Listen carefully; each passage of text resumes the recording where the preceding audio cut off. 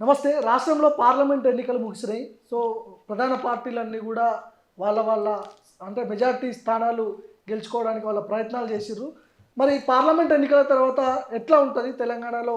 ఎలాంటి మార్పులు చేర్పులు జరగబోతున్నాయి? ఒకవైపు బీజేపీనేమో ఖచ్చితంగా మెజార్టీ స్థానాలు సాధిస్తామని వాళ్ళు చెప్తున్నారు. కాంగ్రెస్ పార్టీ అధికారంలోకి వచ్చిన తర్వాత రేవంత్ రెడ్డికి మెజార్టీ సీట్లు సాధించడం ఆయనకు ఛాలెంజ్గా మారింది. చూద్దాం ఇవన్నీ పార్లమెంట్ ఎన్నికల తర్వాత ఏం జరగబోతుందనే అంశాల గురించి మనం డిస్కస్ చేద్దాం. నాతో పాటు సీనియర్ జర్నలిస్టు తెలంగాణ ఉద్యమకారుడు విఠల్ గారు ఉన్నారు నాతో పాటు. బాగున్నారా? యా. ఈ ఎన్నికలు చూస్తే, మొన్న జరిగినటువంటి పార్లమెంట్ ఎన్నికలు చూస్తే మీకు ఏమనిపించింది? అంటే అసెంబ్లీ ఎన్నికలు వేరు, లోక్సభ ఎన్నికలు వేరు. సో ఎట్లా జరిగినాయి అనుకోవచ్చు? ఇవి ఏం చెప్తుంది మీ మాటల్లో? అంటే ఈ ఎలక్షన్స్ అనేది రాను ఇంతకుముందేమో స్లోగన్స్ మీద ఆధారపడేటివి, లేదా పార్టీ మేనిఫెస్టో మీద, ఎజెండా మీద ఆధారపడేటివి. ఇప్పుడు నెరేటివ్ ఎవరు సెట్ చేస్తున్నారు, ప్రజలు ఏమనుకోవాలనేది పర్సెప్షన్. మనం పొలిటికల్ పార్టీ సెట్ చేసే నెరేటివ్ని బట్టి పీపుల్ పర్సెప్షన్ ఉంటుంది. People perception management, narrative agenda setting అనేది మోడర్న్గా చాలా క్రియేటివ్ రోల్ ప్లే చేస్తుంది సోషల్ మీడియా రోల్లో. ప్రజలు ఏమనుకుంటున్నారో తెలుసుకొని ప్రజల ఆకాంక్షలకు అనుగుణంగా ఎజెండా సెట్ చేయడం ఒక రకం అయితే, ప్రజలని మన ఆలోచనకు అనుగుణంగా థాట్ పాలసింగ్ చేయడం ఒకటి. అసెంబ్లీ ఎలక్షన్స్లో దొరల పాలన పోవాలి, ప్రజల పాలన రావాలి అనేది ఒక నెరేటివ్. అంటే కేసీఆర్కి అహంకారం ఎక్కువైంది, నియంత పాలన పోవాలి, ప్రజల పాలన రావాలి అనే దానిలో అప్పుడు బీజేపీ బండి సంజయ్ని తీసేయడము, కవితను అరెస్ట్ చేయకపోవడము, కర్ణాటకలో గెలవడంతో ఇక కేసీఆర్ని దింపడం బీజేపీ వల్ల కాదు, కాంగ్రెసే ఆల్టర్నేటివ్ అని చెప్పి అప్పుడు ప్రజలంతా కూడా కేసీఆర్ ఓడిపోవాలని కొట్లాడారు, కాంగ్రెస్ రావాలని కొట్లాడలేదు, రేవంత్ రెడ్డి సీఎం కావాలని కొట్లాడలే. ఈ కేసీఆర్కి అహంకారం ఎక్కువైంది, ఒకసారి జర పంచర్ చేయాలి కారు టైర్ అని చెప్పి ఎవడన్నా రాని అనుకున్నారు. ఆ స్పేస్ లో కాంగ్రెస్ వచ్చింది. కేసీఆర్ మీద ఉన్న వ్యతిరేకతతోనే ప్యూర్లీ కేసీఆర్ మీద నెగిటివ్ తోటే వచ్చింది తప్ప కాంగ్రెస్ పాజిటివ్ తోటి రాలే. ఆ విషయం కాంగ్రెస్ వాళ్ళు మర్చిపోతే వాళ్ళకే నష్టం. బీజేపీ హుజురాబాద్ ఎలక్షన్లో గెలిచింది, మెదక్ ఎలక్షన్, దుబ్బాక్ ఎలక్షన్లో గెలిచింది, జిహెచ్ఎంసీ ఎలక్షన్లో గెలిచింది.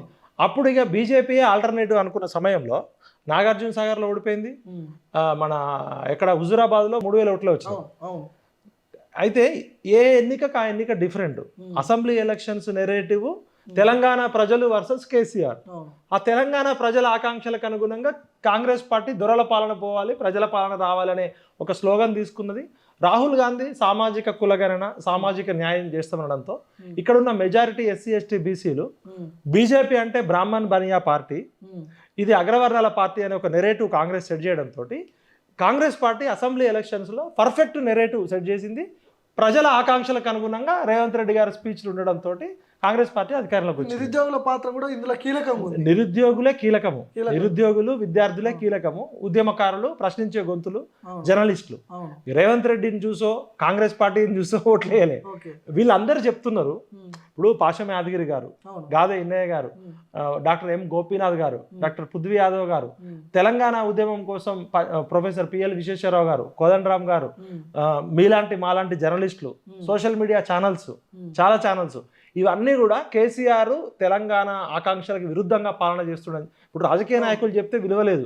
వాడు ఎంత పెద్ద, ఇప్పుడు రేపొద్దు నువ్వు రాజకీయంలో చేసి నేను రాజకీయంలో చెప్పినా ఎవరు పట్టించుకోరు. రాజకీయ నాయకులు అంటేనే దొంగలు. వీళ్ళు అధికారం ఉన్నప్పుడు ఒక మాట చెప్తారు, ప్రతిపక్షంలో ఉన్నప్పుడు మొత్తం తెలంగాణ పౌర సమాజంలో ఉన్న మేధావులు, రచయితలు, కవులు, కళారులు, అందశ్రీ లాంటి వాళ్ళు అందరూ కూడా కేసీఆర్ తెలంగాణ ప్రజలకి దూరంగా జరిగిపోయిండు, ఈయనకి బుద్ధి చెప్పాల్సిందే అని చెప్పడంతో ప్రజలు మనం చెప్పింది నమ్మి కాంగ్రెస్ పార్టీ మీద ఓట్లేదు. ఒకవేళ ముఖ్యమంత్రి అభ్యర్థిని కాంగ్రెస్ పార్టీలో ముందుగానే రేవంత్ రెడ్డిని ప్రకటించి ఉంటే ఎట్లుండే సిచ్యువేషన్?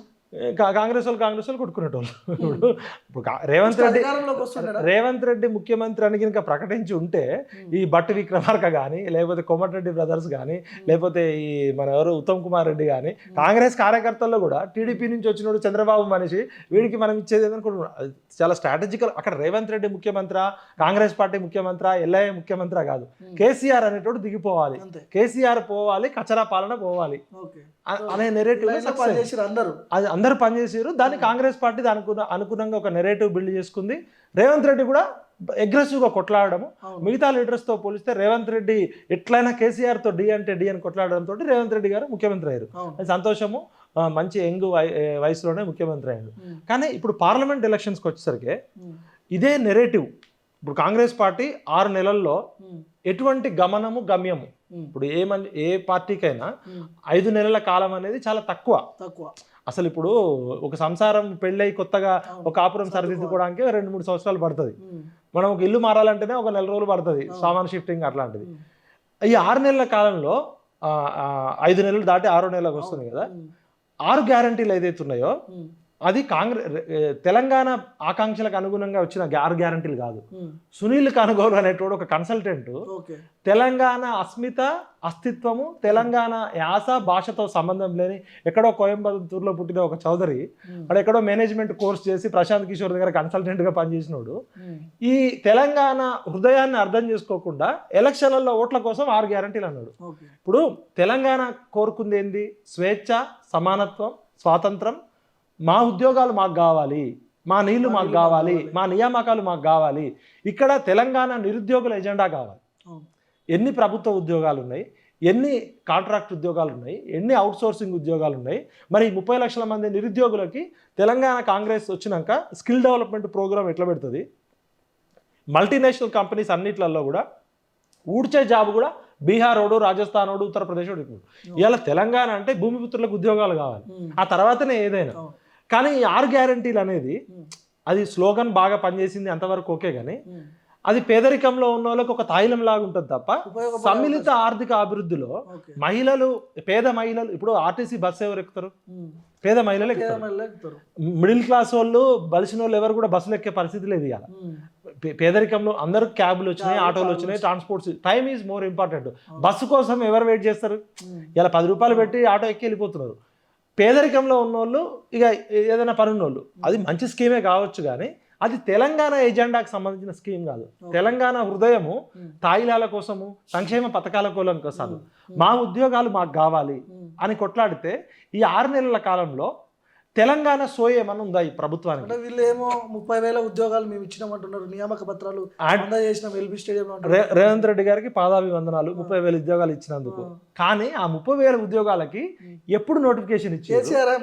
కాదు, 30,000 ఉద్యోగాలు రేవంత్ రెడ్డి గారు ఇచ్చారు, ఎల్బీ స్టేడియంలో పెట్టినట్టు కదా. రేవంత్ రెడ్డి గారు ఈ 30,000 ఉద్యోగాలు ఏ కేటగిరీ ఉద్యోగాలు ఎప్పుడు నోటిఫికేషన్ ఇచ్చారు? నోటిఫికేషన్ డేట్ ఎప్పుడు? ఆ నోటిఫికేషన్ బయట పెట్టండి. ఇప్పుడు కాంగ్రెస్ గవర్నమెంట్ ఎప్పుడు వచ్చింది? డిసెంబర్ 7వ తారీఖు ప్రమాణ స్వీకారం చేసింది. 30,000 ఉద్యోగాలు ఇచ్చినామంటే డిసెంబర్ నుంచి ఇలా మేకి వచ్చినాం. ఈ డిసెంబర్ నుంచి మే మధ్యలో కాంగ్రెస్ పార్టీ రేవంత్ రెడ్డి ప్రభుత్వం ఎప్పుడు నోటిఫికేషన్ ఇచ్చింది? ఎప్పుడు ఎగ్జామ్ పెట్టింది? ఎప్పుడు ప్రిలిమ్స్ పెట్టింది? ఎప్పుడు మెయిన్స్ పెట్టింది? ఎప్పుడు ఇంటర్వ్యూ పెట్టింది? మరి చెప్పాలి కదా. 30,000 ఉద్యోగాలు జరిగినందుకు రేవంత్ రెడ్డి అన్నకి పాదాభివందనాలు. మరి ఆ 30,000 ఉద్యోగాలు ఇచ్చిన డీటెయిల్స్ కూడా చెప్పాలి కదా. ఇప్పుడు వినేటోడు ఎర్రిపప్పు అయితే చెప్పేటోడు కేసీఆర్ అని ఒక సామెత ఉండే. చెప్పే కేసీఆర్ కట్టుకథలు, పిట్టకథలు, సొల్లు కబుర్లతో 14 సంవత్సరాలు చెప్పిండు. మనం కూడా నమ్మినాం చంద్రబాబు నాయుడు ఆంధ్రోళ్ళ మీద వ్యతిరేకంగా. కానీ 2014 నుంచి 2023 వరకు ఈ అపర మేధావి, 80,000 పుస్తకాలు చదివిన అపర మేధావి, ఎంఎస్సి పొలిటికల్ సైన్స్ చదివిన ఆయన, పొలిటికల్ సైన్స్, నదులకి నడక నేర్పి, మోటార్లకి ఈత నేర్పిన ఆయన ఏది చెప్తే అది నడిచింది. కానీ ఒక దశకు వచ్చేసరికి ఈ చెప్పే కేసీఆర్ కొండేరిపప్పు అయిండు. ఇప్పుడు చూస్తున్నాం కదా. అంటే వాస్తవానికి విరుద్ధంగా ఎవరు ఏది చెప్పినా కూడా అది ప్రజల ఆకాంక్షలకు అనుగుణంగా ఉండాలి తప్ప. ఇప్పుడు 30,000 ఉద్యోగాలకి నోటిఫికేషన్ ఇచ్చింది కేసీఆర్, 30,000 ఉద్యోగాలకు ఎగ్జామ్ పెట్టింది కేసీఆర్ ప్రభుత్వం, 30,000 ఉద్యోగాలు పరీక్ష పేపర్లు దిద్దింది కేసీఆర్, టీఎస్పీఎస్సీ అప్పుడు గంటా చక్రపాణి ఆధ్వర్యంలో దిద్దింది. రిజల్ట్ కూడా రెడీగా ఉండి అపాయింట్మెంట్ ఆర్డర్స్ ఇవ్వడానికి ఎలక్షన్ కోడ్ అడ్డం వచ్చింది. అది కాంగ్రెస్ పార్టీకి వరంగా వచ్చింది. కాంగ్రెస్ అకౌంట్లో వేసుకుంది. ఆ అపాయింట్మెంట్ ఆర్డర్లు లేట్ చేయకుండా రేవంత్ రెడ్డి ఇమీడియట్గా ఇచ్చిండు ఎల్బీ స్టేడియంలో, థ్యాంక్స్. బట్ రేవంత్ రెడ్డి ప్రభుత్వం మేనిఫెస్టోలో పెట్టింది ఏంది? Youth declaration. మేము 2 లక్షల ఉద్యోగాలకి జాబ్ క్యాలెండర్ ప్రకటిస్తాం. ఏడాదిలో 2 లక్షల ఉద్యోగాలు మెగా డిఎస్సి. ఇప్పుడు చూద్దాం, మెగా డిఎస్సి అన్నారు. మెగా డిఎస్సిలో కేసీఆర్ ప్రభుత్వ హయాంలోనే 25,000 ఉద్యోగాలు ఖాళీలు ఉన్నాయి.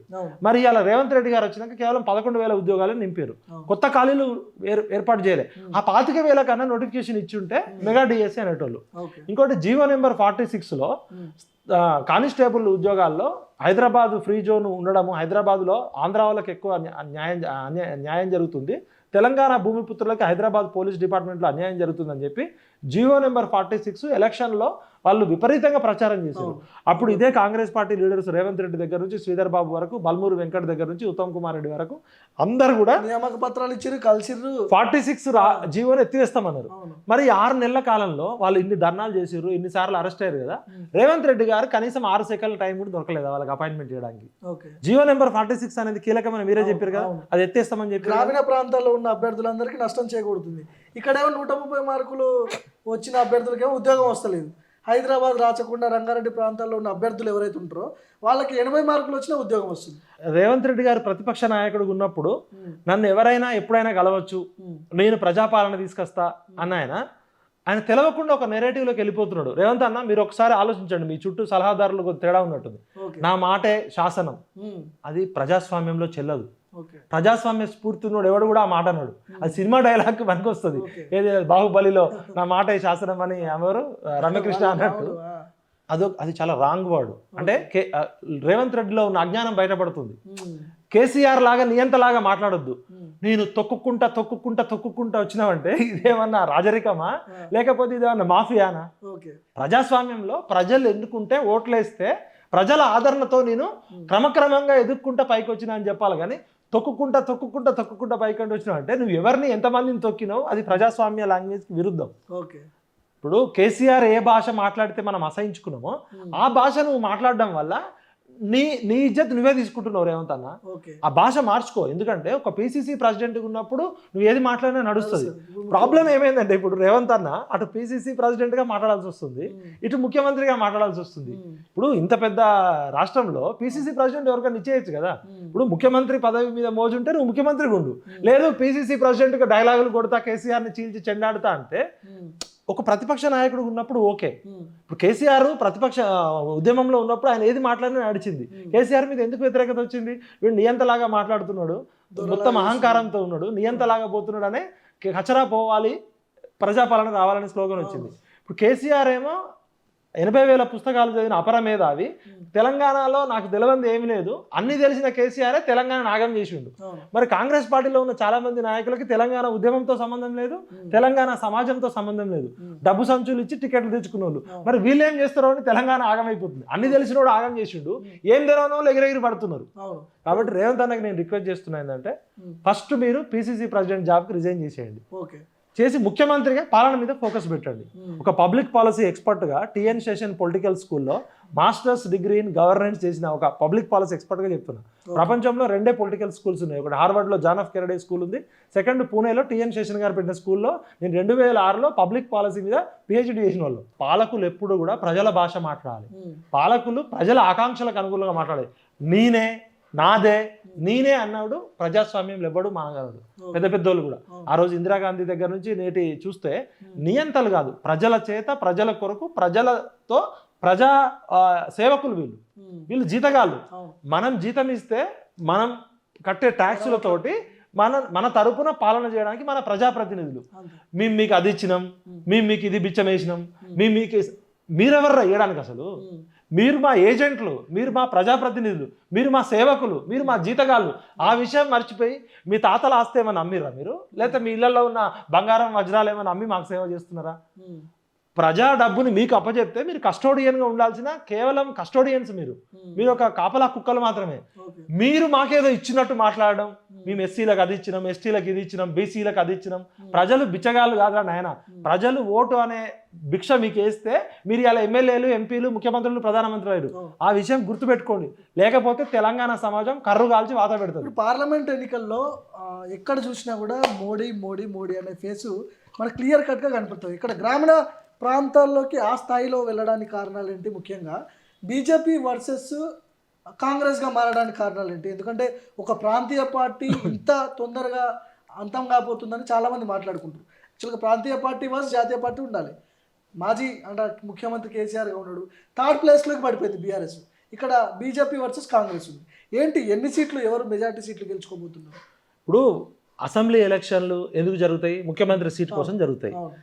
కేసీఆర్ ముఖ్యమంత్రి సీట్లోంచి దిగిపోవాలని చెప్పి జరిగిన ఎలక్షన్లలో రేవంత్ రెడ్డి అనేటైనా ముఖ్యమంత్రి అయ్యిండు. ఇప్పుడు పార్లమెంట్ ఎలక్షన్లు ఎవరి కోసం జరుగుతాయి? ఎవరు ప్రధానమంత్రిగా ఉండాలనే జరుగుతాయి. మోడీ ప్రధానమంత్రి ఉండాలా, లేకపోతే రాహుల్ గాంధీ ప్రధానమంత్రి ఉండాలా? మోడీ వర్సెస్ రాహుల్ గాంధీ తీసుకుంటే మోడీకున్న narrative perception management social media management BJP చాలా అగ్రెసివ్గా ఉంటుంది. వాళ్ళు వాట్సాప్ యూనివర్సిటీ అనండి, మీరు లేకపోతే వాళ్ళు బుల్డోజ్ చేస్తున్నారు అనండి, ఏదైనా కానీ బీజేపీ అనేది ఒక 360 డిగ్రీలలో ప్రచార క్యాంపెయిన్ చేస్తుంది. నెరేటివ్ సెట్ చేయడం కానీ, ఎజెండా సెట్ చేయడం కానీ, పర్సెప్షన్ మేనేజ్మెంట్, దానికి ధీటుగా ఇండియా కూటమి చేయాల్సినంత చేయలేకపోయింది. రాహుల్ గాంధీ జోడో పాదయాత్ర ద్వారా కొంత తీసుకొచ్చి సామాజిక న్యాయము కులగణన అని చెప్పినప్పటికీ కూడా మోడీని ఢీకొట్టే మొగాడు ఎవరు అంటే రాహుల్ గాంధీ స్టేచర్కి మోడీ స్టేచర్కి మధ్యలో సరిపోలే. ఇంకోటి ఇండియా కూటమి ఏమైపోయిందంటే ఒకవైపు కేజ్రీవాల్ జైల్లో ఉండడము, ఒకవైపు స్టాలిన్, ఒకవైపు మమతా బెనర్జీ, ఒకవైపు నితీష్ కుమార్ వెళ్ళిపోవడము, అంటే ఇది కలగూర గంపలాగా తక్కల అంటారు కదా, అంటే ఈ యూనిటీ దీనికి తగ్గట్టు అమిత్ షా మోడీ ఆర్ఎస్ఎస్ బీజేపీకి తగ్గట్టు వాళ్ళ సోషల్ మీడియా బడ్జెటే 550 కోట్లు బీజేపీది. వాళ్ళ అమిత్ మాలవ్య ఆధ్వర్యంలో బెంగళూరులో ఒక మైక్రోసాఫ్ట్ కంపెనీకి ధీటుకుంటుంది. వాళ్ళు అహ్మదాబాద్లో ఒక బ్యాక్ అండ్ ఆఫీస్ ఉంటుంది, న్యూయార్క్లో ఒక బ్యాక్ అండ్ ఆఫీస్ ఉంటుంది, ఢిల్లీలో ఉంటుంది. వాళ్ళు ఒక అగ్రెసివ్గా వస్తారు. వాళ్ళు సూది మొనంత సందు ఉంటే వాళ్ళు సొరంగం తవ్వే అంత స్పేస్ తీసుకుంటారు. ఇక్కడ ఏమైందంటే కాంగ్రెస్ పార్టీ ప్రాబ్లం ఏంటంటే కాంగ్రెస్ పార్టీ నాయకుల దగ్గర కోట్ల రూపాయలు ఉంటాయి, కానీ కాంగ్రెస్ పార్టీ దగ్గర డబ్బులు ఉంటాయి. పార్టీ లీడర్స్ అనాదిగా 55 సంవత్సరాలు సంపాదించుకున్న వాళ్ళు ఎవరు కూడా రాహుల్ గాంధీ ప్రధానమంత్రి అయితే వాళ్ళే బలంగా నమ్మలేకపోతున్నారు. నెరేటివ్ సెట్ చేయడంలో మోడీ అనే పేరు ఈవెన్ ట్రైబల్ ఏరియాస్, మాది ఖమ్మం జిల్లాలో బీజేపీ కార్యకర్త కూడా దొరకరు సరిగా. అక్కడ కమ్యూనిస్టులు ఉంటారు, లేకపోతే కాంగ్రెస్ ఉంటారు, లేదా టీడీపీ టీఆర్ఎస్ ఓటు బ్యాంక్ కొంత ఉండేది. అలాంటి చోట ఇలా బీజేపీ సెకండ్ ప్లేస్కి వచ్చి మేము ఎలక్షన్ కొంతమంది ట్రైబల్ ఏరియాలో మేము సర్వే చేస్తే ఈవీఎం దగ్గరికి వెళ్ళి మోడీ గుర్తేందని అడుగుతున్నారు. మోడీ బొమ్మ అంటే చదువులేని వాళ్ళు మోడీకి ఓటేయాలని అంత బలంగా బీజేపీ అగ్రెసివ్ క్యాంపెయిన్ చేసింది. ప్రధానమంత్రికి మోడీకే అర్హుడు అనేది ఒక బలమైన మెసేజ్ చాప కింద నీరులాగా వెళ్ళిపోయింది. ఆర్ఎస్ఎస్ సంస్థ పనిచేయడం కావచ్చు, లేకపోతే వాళ్ళ రకరకాల సంస్థలు ఉన్నాయి. ఆ నెరేటివ్ సెట్ చేయడంలో ఒకటి ఈ 6 నెలల కాలంలో కాంగ్రెస్ పార్టీ తెలంగాణ ఉద్యమకారులను కానీ తెలంగాణ సోయి ఉన్న ఏ మేధావులను పిల్లలు ఒక కోదండరామ్ సార్ ఎక్కడ కనపడట్లేదు, ఆయన క్యాబినెట్లో లేరు, ఎమ్మెల్యేలు లేరు, ఎవరు లేరు. మీరు క్యాబినెట్లో లేకపోయినా పర్లేదు, ఎమ్మెల్యేలు కావాలనుకోలే, ఉద్యమకారులు క్యాబినెట్లో రావాలనుకోలే, ఎమ్మెల్సీలు కావాలనుకోలే, కనీసం తెలంగాణ ఉద్యమంలో అప్పుడు 370 మంది చనిపోయారు 69లో. ఆ చనిపోయిన వాళ్ళు అమరవీరుల స్తూపం అసెంబ్లీ ఎదురుగుంది. మేము కాంగ్రెస్ పార్టీకి సపోర్ట్ చేసేటప్పుడు ఆ పార్టీకి చెందిన అజయ్ కుమార్ అని ఒక ఐపీఎస్ ఆఫీసరు సిడబ్ల్యూసీ మెంబర్ మా దగ్గరకు వచ్చిండు. ఆమె ఇప్పుడు ఉన్న ఇన్ఛార్జ్ దీపాదాస్ మున్షి మేడం మా ఇంటికి వచ్చింది. వాళ్ళకి మాకు మధ్య ఒప్పందం ఏంటంటే సామాజిక కులగణన చేస్తాము,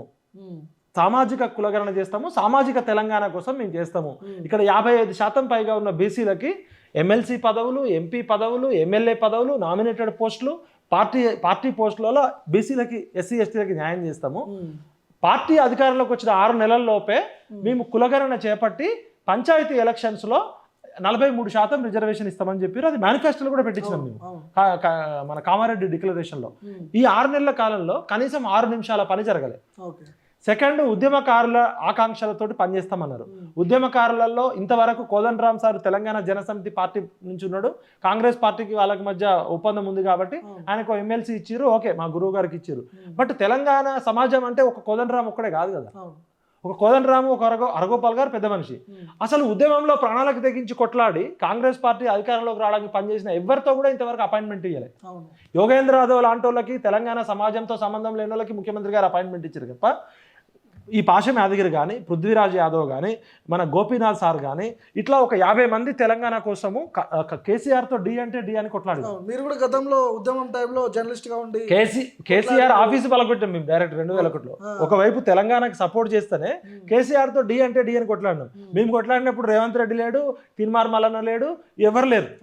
నన్ను తీసుకుపోయి జైల్లో 2018 ఎలక్షన్లోనే కాళేశ్వరం తెలంగాణ ప్రజల పాలిట శనీశ్వరము, ఇది తెలంగాణకి ఆర్థికంగా గుదిబండ, చూడడానికి ఇంజనీరింగ్ ప్రాజెక్ట్ అద్భుతంగా ఉంటుంది తప్ప చారణ మురికికి బారాణ మసాలా అని చెప్పినాం. స్టార్టింగ్ లోనే చెప్పినాం. అప్పుడు అసలు ఇంకా ప్రాజెక్టు అనౌన్స్ చేయగానే చెప్పినాం. అప్పుడు నన్ను తీసుకుపోయి అరెస్ట్ చేసారు. అప్పటికి ఇంకా వీళ్ళంతా కేసీఆర్ డబ్బా కొడుతున్నారు. అసలు కేసీఆర్ అనేటోడు హిమాలయ పర్వతాలంతా ఉన్నప్పుడే వీడు కచరా తెలంగాణకి పనికిరాడని చెప్పి కచరా అనే పేరు పెట్టింది కూడా నేనే. కల్వకుంట్ల చంద్రశేఖరరావులో కాలో చంద్రశేఖరరావులో ఆర్లో వాళ్ళ అమ్మ నాన్న కరెక్ట్ పేరు పెట్టారు, ఈయన చేసే పనులు బట్టి పేరు వచ్చింది అని చెప్తే అప్పుడు నన్ను అరెస్ట్ చేసారు. అప్పటికి ఎవరు ఈ ప్రశ్నించే గొంతులు లేవు, ఈ ప్రతిపక్ష నాయకులు లేవు, వీళ్ళంతా ఇంకా వేరే పార్టీలో ఉన్నారు. ఎందుకంటే తెలంగాణ ఉద్యమానికి పృథ్వన్న కుటుంబం అయినా మా కుటుంబం అయినా మేము 3 తరాల నుంచి తెలంగాణ కుటుంబంతో ఉన్నాం. తెలంగాణ వస్తే మాకేదో ఎమ్మెల్యే కావాలని, మాకు ఎంపీ కావాలని, మంత్రి పదవి కావాలని కాదు. ఇక్కడ ఉన్న సబ్బండ వర్గాలు, మెజారిటీ ప్రజలు, ఎస్సీ ఎస్టీ బీసీలు, పేదరికం ఉంది. ఇక్కడ ప్రతిరోజు ఎన్కౌంటర్లు జరుగుతున్నాయి. ఈ రక్తపాతం, ఈ తెలంగాణ నేల అంతా రక్తంతో తడిసిపోయింది. ఇక్కడే క్వాలిటీ ఎడ్యుకేషన్ కావాలి, క్వాలిటీ హెల్త్ కావాలి, క్వాలిటీ ఎంప్లాయ్మెంట్ కావాలి. ఇక్కడ ఉన్న నిరుద్యోగులు అన్ని రకాల భావజాలాలకు ఎక్స్ప్లాయిట్ అవుతున్నారు. ఒకవైపు మావోయిస్ట్ పార్టీ ఎక్స్ప్లాయిట్ చేస్తుంది, ఒకవైపు ఆర్ఎస్ఎస్ ఎక్స్ప్లాయిట్ చేస్తుంది, ఒకవైపు లెఫ్ట్ పార్టీలు ఎక్స్ప్లాయిట్ చేస్తున్నాయి. ఈ నిరుద్యోగం పోవాలంటే తెలంగాణ సహజ వనరులలో సమాజంలో జరిగే సంఘర్షణ అంతా వాటాల కొట్లాట. ఎవరి వాటా వాళ్ళకి దక్కాలి. తెలంగాణ ప్రజలకి న్యాయబద్ధంగా, చట్టబద్ధంగా, ధర్మబద్ధంగా రావాల్సిన వాటా దక్కాలి. తెలంగాణ అంటే కేవలం పిడికడి మంది వెలమదొరలు, రెడ్డి దొరలు కాదు, మెజారిటీ ఎస్సీ ఎస్టీ బీసీ ప్రజలకు రావాలని చెప్పి సామాజిక తెలంగాణ కోసం మేము కొట్లాడినాం. ఉమ్మడి ఆంధ్రప్రదేశ్ ఉంటే నెల్లూరు రెడ్ల మనీ పవరు, రాయలసీమ రెడ్ల మజిల్ పవరు, కృష్ణా గుంటూరు కమ్మోళ్ళ యొక్క ఇండస్ట్రీ తోటి ఈ ఉమ్మడి ఆంధ్రప్రదేశ్లో ఎస్సీ ఎస్టీ బీసీలకు న్యాయం జరగదు. ఇది 3 రాష్ట్రాలుగా విడిపోవాల్సిందే, రాయలసీమ, ఆంధ్ర, తెలంగాణ అని చెప్పి మారోజు వీరన్న సిద్ధాంతంతో పాటు మా నాన్నగారు 69 ఉద్యమంలో పనిచేయడము, పృథ్వీ యాదవ్ వాళ్ళ ఫాదర్ ముచ్చర్ల సత్యనారాయణ గారు 52 ములికి ఉద్యమంలో పనిచేయడమే మా 3 తరాల నుంచి మేము తెలంగాణ ఉద్యమంలో జైలుకు పోయిన నేపథ్యం ఉంది. ఇలా కేసీఆర్ కుటుంబంకి తెలంగాణలో జైలుకు పోయిన నేపథ్యం లేదు, రేవంత్ రెడ్డి కుటుంబానికి లేదు. తెలంగాణకి మేము పేటెంట్ హోల్డర్స్. 68లో తెలంగాణ ఉద్యమం ఖమ్మం జిల్లా పాల్వంచలో మా ఇంట్లో కొలిశెట్టి రామదాస్ గారి ఆధ్వర్యంలో స్టార్ట్ అయింది. మాకు తెలంగాణ సోయి ఉంటుంది, తెలంగాణ అస్మిత ఉంటుంది, తెలంగాణ అస్తిత్వం ఉంటుంది. వీళ్ళకి అధికారం కావాలి. అధికారంలో ఎవడన్నా ఉండని, కానీ తెలంగాణ సోయి లేకుండా పాలిస్తే తెలంగాణ ఇవాళ సోయికి వచ్చింది. బొడ్రాయి పట్టుకొని కూర్చుంది, ఊరు బొడ్ర. ఆ బొడ్రాయిలో రాయి పట్టుకొని తెలంగాణ ఆకాంక్షలకు విరుద్ధంగా ఏ పార్టీ పనిచేసినా రాళ్లతో కొట్టి చంపుతాం. ఇప్పటికీ మీరు అదే లైన్లో ఉన్నారు. 100 మేము చచ్చేదాకా అదే ఉంటాం. మాకు తెలంగాణ మెజారిటీ ప్రజలకి వాటా దక్కాలి. తెలంగాణలో క్వాలిటీ ఎడ్యుకేషన్, నాణ్యమైన విద్య ఉచితంగా అందించాలి. తెలంగాణలో నిరుద్యోగం పోవాలి. ఈ భూమిపుత్రులకి న్యాయం జరిగేదాకా మేము ఎవరితోనైనా కొట్లాడతాం. మాకు పొలిటికల్ ఎజెండా, మా ఎజెండా పొలిటికల్ పార్టీలు అనుసరించాలి. కేసీఆర్ అనే ఒక బక్కపల్చని వ్యక్తిని చంద్రబాబుకు వ్యతిరేకంగా తీసుకొచ్చినాం, తెలంగాణ సాధించుకున్నాం. కేసీఆర్ లాంటి వ్యక్తిని ముఖ్యమంత్రిని చేసింది మేమే, ముఖ్యమంత్రిగా దింపేసింది మేమే. ఇలా కాంగ్రెస్ పార్టీని అధికారంలో తీసుకొచ్చింది మాలాంటి ఉద్యమకారులు, మీలాంటి ప్రశ్నించే గొంతులు. సమాజంలో మెజారిటీ ప్రజల ఆకాంక్షలకు విరుద్ధంగా ఎవడు పనిచేస్తే వాడికి బుద్ధి చెప్తాం. సమాజంలో ఉన్న మెజారిటీ ప్రజల ఆశలకు, ఆకాంక్షలకు అనుకూలంగా పనిచేస్తే వాళ్ళకి హ్యాట్స్ ఆఫ్ చెప్తాం, పాదాభివందనం. వ్యక్తిగతంగా మాకు ఎవరి మీద కోపం లేదు, ఏ పార్టీ మీద ప్రేమ లేదు, ద్వేషం లేదు. మేము తెలంగాణ ఎజెండా ఎవరి ద్వారా అమలైతే వాళ్ళ ద్వారా సపోర్ట్ చేస్తాం. ఆ రోజు కాంగ్రెస్ పార్టీ ఇందిరాగాంధీ 370 మంది పిల్లల్ని ఊచకోత కోసింది. జలియన్ వాలాబాగ్ తర్వాత భారతదేశంలో జరిగిన అతిపెద్ద నరమేధం. ఆ రోజు కాంగ్రెస్ పార్టీ తెలంగాణకి ద్రోహం అణిచివేసింది. సోనియా గాంధీ తెలంగాణ ఇచ్చింది. అప్పుడు దేవతాలను ఆ రోజు మీరా కుమార్ కానీ, సుష్మా స్వరాజ్ గారు, మీరా కుమార్, సోనియా గాంధీ, ఈ 3 అమ్మలని తెలంగాణ పెద్దమ్మలని చెప్పినాం. మంచి చేస్తే ఎవరికైనా రెస్పెక్ట్ ఇస్తాం, గౌరవిస్తాం, గుండెల్లో పెట్టుకుంటాం, నెత్తి మీద పెట్టుకుని ఊరేగుతాం. అహంకారంతో నేనే గొప్ప, నేనే తోపు అనుకుంటే తొక్కి నార తీస్తాం. ఓకే, ఇప్పుడు మోడీకి, బీజేపీకి తెలంగాణలో ఇంత గ్రాఫ్ పెరగడానికి కారణాలు ముఖ్యంగా కవితని ఈ టైంలో లోక్సభ ఎన్నికలకు ముందు జైల్లో వేయడం. సో ఇది ఒక లైన్ అని చెప్పుకోవచ్చా? ఈ పాత్ర ఉండొచ్చా? అంటే పాలిటిక్స్లో ఎప్పుడు కూడా వ్యాక్యూమ్ అనేది, ఎప్పుడు వ్యాక్యూమ్ ఉంటే అప్పుడు ఇంకొక పార్టీ వచ్చి స్పేస్ ఉంటుంది. ఇప్పుడు బీఆర్ఎస్ అనే పార్టీ మొన్న అసెంబ్లీ, టీఆర్ఎస్ ఉన్నప్పుడు వేరు, బీఆర్ఎస్ మారినాక, బీఆర్ఎస్ అంటే భారత రాష్ట్ర సమితి, టీఆర్ఎస్ అంటే తెలంగాణ రాష్ట్ర సమితి. కేసీఆర్ గారు ముఖ్యమంత్రి అయ్యారు, 10 ఏళ్ళు అధికారంలోకి వచ్చారు. మంచి చేస్తే మంచి చేసారు, చెడు చేస్తే చెడు చేసారు. మంచి ఉంది, చెడు ఉంది. ఎప్పుడైతే బీఆర్ఎస్ పార్టీ ప్రకటించినాక మాకు తెలంగాణ ఎజెండా కాదు, భారతదేశం మొత్తం ఎజెండా అన్నప్పుడు ప్రజలు కూడా మాకు టీఆర్ఎస్తో అవసరం లేదు, కేసీఆర్కి తెలంగాణ అవసరం లేదు. కేసీఆర్ ప్రధానమంత్రి కావాలి, ఉప ప్రధానమంత్రి కావాలి, భారతదేశం మొత్తాన్ని వెళ్ళాలనుకున్నప్పుడు ఆయన ఎజెండాలోంచి తెలంగాణ వెళ్ళిపోయింది. తెలంగాణ ప్రజల ఎజెండాలోంచి టీఆర్ఎస్ వెళ్ళిపోయింది. ఇప్పుడు నీ ఎజెండా మారినప్పుడు మా ఎజెండా కూడా మారుతుంది. నువ్వు తెలంగాణ బాపు, తెలంగాణ గాంధీ అని చెప్పినప్పుడు మేము నెత్తి మీద పెట్టుకున్నాం. నేను మొత్తం భారతదేశం మొత్తాన్ని దేశ్కి నేత, జనతాకి జనార్దన్ అనుకున్నప్పుడు నువ్వు అవసరం లేదురా బాబు అని పంపించేసినాం. ఆ స్పేస్ని అసెంబ్లీ ఎలక్షన్లో కాంగ్రెస్ వర్సెస్ బీఆర్ఎస్ అయింది. ఇప్పుడు పార్లమెంట్ ఎలక్షన్స్లో కాంగ్రెస్ వర్సెస్ బీజేపీ అయింది. ఇక్కడ బీజేపీకి మేము బీజేపీతో మాకు చాలా డిఫరెన్సెస్ ఉన్నాయి. వాళ్ళ కోర్ హిందుత్వవాదం కానీ మనువాదంతో మాకు చాలా డిఫరెన్సెస్ ఉన్నాయి. బట్ మొన్న అసెంబ్లీ ఎలక్షన్లో బీసీ ముఖ్యమంత్రి చేస్తా అని చెప్పినప్పటికి కూడా కేసీఆర్ని ఓడించాలంటే కాంగ్రెస్ అనే అస్త్రమే పనికొస్తుందని చెప్పి నేను స్వయంగా నా టీం తోటి 31 అసెంబ్లీ నియోజకవర్గాల్లో కాంగ్రెస్ పార్టీ కార్యకర్త కన్నా ఎక్కువ పనిచేసి 27 సీట్లు గెలిపించుకున్నాం. ఢిల్లీ ఏఐసిసి పెద్దలు మాకు వచ్చి మా ఇంటికి వచ్చి రిక్వెస్ట్ చేసిర్రు. ప్లస్ మా ఎజెండాలో కాంగ్రెస్ని వాడుకున్నాం, కాంగ్రెస్ ఎజెండాలో మేము పోలే. అయితే ఇక్కడ ఏమైందంటే పార్లమెంట్ ఎలక్షన్కి వచ్చరికి ఉన్న 17 సీట్లలో ఎస్సీ 3 సీట్లు, ఎస్టీ 2 సీట్లు, 5 సీట్లు పోతే 12 జనరల్ సీట్లు ఉన్నాయి. 12లో హైదరాబాద్ సీట్ తీసేస్తే 11 సీట్లు. 11 సీట్లలో 8 అగ్రవర్ణాలకు ఇచ్చారు, 7 రెడ్లకి 1 వెలమలకి ఇచ్చారు. ఇలా తెలంగాణలో మెజారిటీ ప్రజలు బీసీలు. ఇంత మేము బీజేపీకి వ్యతిరేకంగా పనిచేసినా కూడా బీజేపీ 5 నుంచి 6 సీట్లు ఇచ్చింది. వాళ్ళు క్యాచ్ చేసుకుర్రు ఈ బీసీని. కాదు, వాళ్ళు ఎంత తెలివిగా టికెట్లు ఇచ్చారంటే ఒక ముదిరాజుకి టికెట్ ఇచ్చారు, మున్నూరు కాపులకు ఇచ్చారు, గౌడ్స్కి ఇచ్చారు, యాదవులకు ఇచ్చారు. దీంతో ఏమైందంటే ఇంత సామాజిక కులగణన అని చెప్తున్న రాహుల్ గాంధీ ఒకవైపు బీసీలకు అన్యాయం జరిగింది, ప్రధానమంత్రి ఆఫీసులో బీసీలు 2 ఉన్నారు, సెక్రటరియట్లో 90 మంది ఉంటే 2 కూడా లేరు, మీడియా సంస్థలన్నీ అగ్రవర్ణాల చేతిలో ఉన్నాయి, ఇండస్ట్రీలన్నీ బీసీలకి తీవ్ర అన్యాయం జరిగిందని చెప్తూ కాంగ్రెస్ పార్టీ అధికారంలోకి వచ్చిన తెలంగాణలో ఎమ్మెల్యే టికెట్లప్పుడు గెలుపు గుర్రాలని చెప్పి ఎమ్మెల్యే టికెట్లప్పుడు గెలుపు గుర్రాలు 50% టికెట్లు రావాలి కదా. అప్పుడు లేదు, బీసీలు గెలిచేటోళ్ళు లేరు, డబ్బులు లేవు, కేసీఆర్ని కొట్టాలంటే డబ్బున్నోళ్ళే కావాలి, అధికారంలోకి వచ్చినాక మేము నామినేటెడ్ పోస్టులు ఎమ్మెల్సీలు ఎంపీలు ఇస్తామని చెప్పారు. అప్పుడు మమ్మల్ని కన్విన్స్ చేశారు. కానీ బీజేపీ కాంగ్రెస్ కన్నా ఎక్కువ టికెట్లు ఇచ్చింది. ఇవాళ బీఆర్ఎస్ మేము ఇంత వ్యతిరేకించిన బీఆర్ఎస్ 6 టికెట్లు ఇచ్చింది. మరి కాంగ్రెస్ పార్టీ ఆ రోజు ఎమ్మెల్యే టికెట్లలో డబ్బులు లేవు బీసీల దగ్గర అని చెప్పారు. మరి మధు యాష్కి ఎందుకు టికెట్ ఇవ్వలే? బీసీలలో చాలా మంది కొట్లాడారు కదా తెలంగాణ కోసం, బీసీలలో లీడర్స్ కూడా ఉన్నారు కదా. ఇలా గెలిచే ఖమ్మం సీటు అంటే ఇప్పుడు వాళ్ళు బీసీలకు టికెట్లు ఇచ్చే ఆ లైన్లో కూడా ఓడిపోయే సీట్లు ఇస్తున్నారు. ఇప్పుడు మీరు అనాలిసిస్ చేస్తే ఇప్పుడు కాంగ్రెస్ పార్టీ 100% ఎక్కడ గెలుస్తుంది? ఖమ్మంలో గెలుస్తుంది, నల్గొండ గెలుస్తుంది. ఖమ్మంలో 75 సంవత్సరాల నుంచి ఒక్క బీసీకి ఏ పార్టీ టికెట్ ఇవ్వాలి, ఎంపీ టికెట్. ఆడ ఉన్న 10 సీట్లలో ఎస్సీ ఎస్టీ సీట్లు పోతే ఉన్న జనరల్ సీట్లు మొత్తం ఖమ్మంలోకి లేకపోతే రెడ్డోళ్ళకి. పొంగులేటి శ్రీనివాసరెడ్డి గారు నాకు మంచి మిత్రుడు, అన్నలాంటోడు. ఆయన తెలంగాణ ఉద్యమకారుడు కాదు, తెలంగాణ సమాజంతో సంబంధం ఉన్నోడు కాదు. ఆయన జగన్ అనుచరుడుగా వైఎస్ఆర్సీపీలో ఎంపీగా గెలిచిండు. ఖమ్మం జిల్లాలో కమ్మ వర్సెస్ నాన్ కమ్మ పోలరైజేషన్ ఉంటుంది. నాన్ కమ్మ ఓట్లు ప్లస్ జగన్ ఇమేజ్ తోటి ఆయన అదృష్టవశాత్తు ఎంపీ అయిండు. ఆయన వ్యాపారవేత్త, 100% మంచోడు, సమాజానికి ఉపయోగపడేటోడు. అలాంటి వ్యక్తి ఎంపీ అయిండు, సెకండ్ ఎమ్మెల్యే అయిండు, మినిస్టర్ అయిండు. అదే ఎక్కువ అనుకుంటే ఆయన ఏం చేసిండు? గెలిచినాక నా తమ్ముడికి కావాలి లేదా నా వియంకుడికి కావాలన్నాడు. ప్రసాద్ రెడ్డికి లేదా వియంకుడికి. సెకండ్ తుమ్మల నాగేశ్వరరావు అనే వ్యక్తి తెలంగాణ ఉద్యమకారుడు కాదు, తెలంగాణ సమాజంతో సంబంధం లేదంటారు కదా. ఆయన రాజకీయాల్లో ఉన్నాడు, సీనియర్ టీడీపీ నాయకుడు, రెస్పెక్ట్ ఇస్తాం. బట్ తెలంగాణ ఉద్యమంతో సంబంధం లేనుడు, ఉద్యమంలో ఏ రోజు పార్టిసిపేట్ చేసినోడు కాదు, ఒక రకంగా వ్యతిరేకించినోడు ఇంటర్నల్ గా. మరి అలాంటి వ్యక్తిని కేసీఆర్ నెత్తిన పెట్టుకున్నాడు, మంత్రి పదవి ఇచ్చిండు. ఆయన రాజకీయ జీవితం అయిపోయింది, ఐసీయూలో ఉన్నోడిని తీసుకొచ్చి ఎమ్మెల్సీ చేసి మంత్రి చేసిండు. ఇవాళ రేవంత్ రెడ్డి గారు కూడా ఆయన పరిపాలన దక్షత, ఆయన సీనియారిటీ గుర్తించి ఎమ్మెల్యే చేసిండు, మంత్రి చేసిండు. అదే ఎక్కువ అనుకుంటే ఆయన నా కొడుకు ఎంపీ కావాలన్నాడు. ఇంకో ఆయన ఎవరు, బట్టి విక్రమార్క, ఆయన ఆల్రెడీ సివిల్ సర్వీస్ ప్రిపేర్ అయ్యిండు, దళిత నేత, మంచి ఇంటెలెక్చువల్ అనే పేరుంది. ఆయన ఎమ్మెల్యే అయిండు, మినిస్టర్ అయిండు, ప్రతిపక్ష నేత. వాళ్ళ తమ్ముడికి మళ్ళీ నాగర్ కర్నూలు టికెట్ ఇప్పించుకున్నాడు.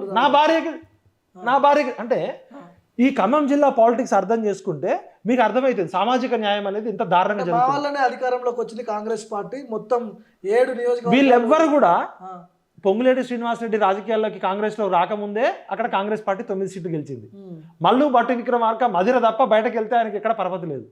తుమ్మల నాగేశ్వరరావు గారు జిల్లా మొత్తం ఇన్ఫ్లుయెన్స్ ఉన్నప్పటికీ కూడా ఒక ఖమ్మంలో గెలవడమే కష్టం, ఓడిపోయినాడు ఆయన. ఇదే పువ్వాడ అజయ్ చేతిలో ఓడిపోయాడు. వీళ్ళెవరు రాష్ట్రం మొత్తం తిరిగి నాయకులు కాదు, జిల్లా మొత్తము వీళ్ళెవరితో సంబంధం లేకుండా కూడా అక్కడ కమ్యూనిస్టులు ఫేడ్ అవుట్ అయ్యారు. ఉన్నది కాంగ్రెస్ పార్టీ. టీఆర్ఎస్ పార్టీ లాంటిది 14 ఏళ్ళు కష్టపడితేనే ఒకసారి కొత్తగూడెంలో గెలిచింది, ఒకసారి 100 కోట్లు ఖర్చు పెట్టి పువ్వాడ అజయ్ గెలిచిండు. అక్కడ కాంగ్రెస్ పార్టీ ఫస్ట్ నుంచి బలంగా ఉంది, కాంగ్రెస్ వర్సెస్ కమ్యూనిస్టులు. పొంగులేటి శ్రీనివాసరెడ్డి రాకముందే 9 సీట్లు గెలిచింది. కేసీఆర్ తలకిందులుగా తపస్సు చేసినా 1 సీటు కన్నా ఎక్కువ రాలేదు. అది కాంగ్రెస్ పార్టీ కంచుకోట. అయితే కమ్యూనిస్టులు లేకపోతే కాంగ్రెస్ పార్టీలు వీళ్ళు సరే, వీళ్ళు పెద్ద నాయకులు, సీనియర్లు, హ్యాట్స్ ఆఫ్.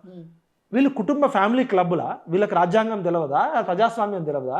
నా కొడుక్కి ఇస్తా, నా భార్యకి ఇవ్వండి, నా తమ్ముడికి ఇవ్వండి, నా వియ్యంకుడికి ఇవ్వండి. మరి రేవంత్ రెడ్డి గారు సోయి ఎట్టుపోయింది?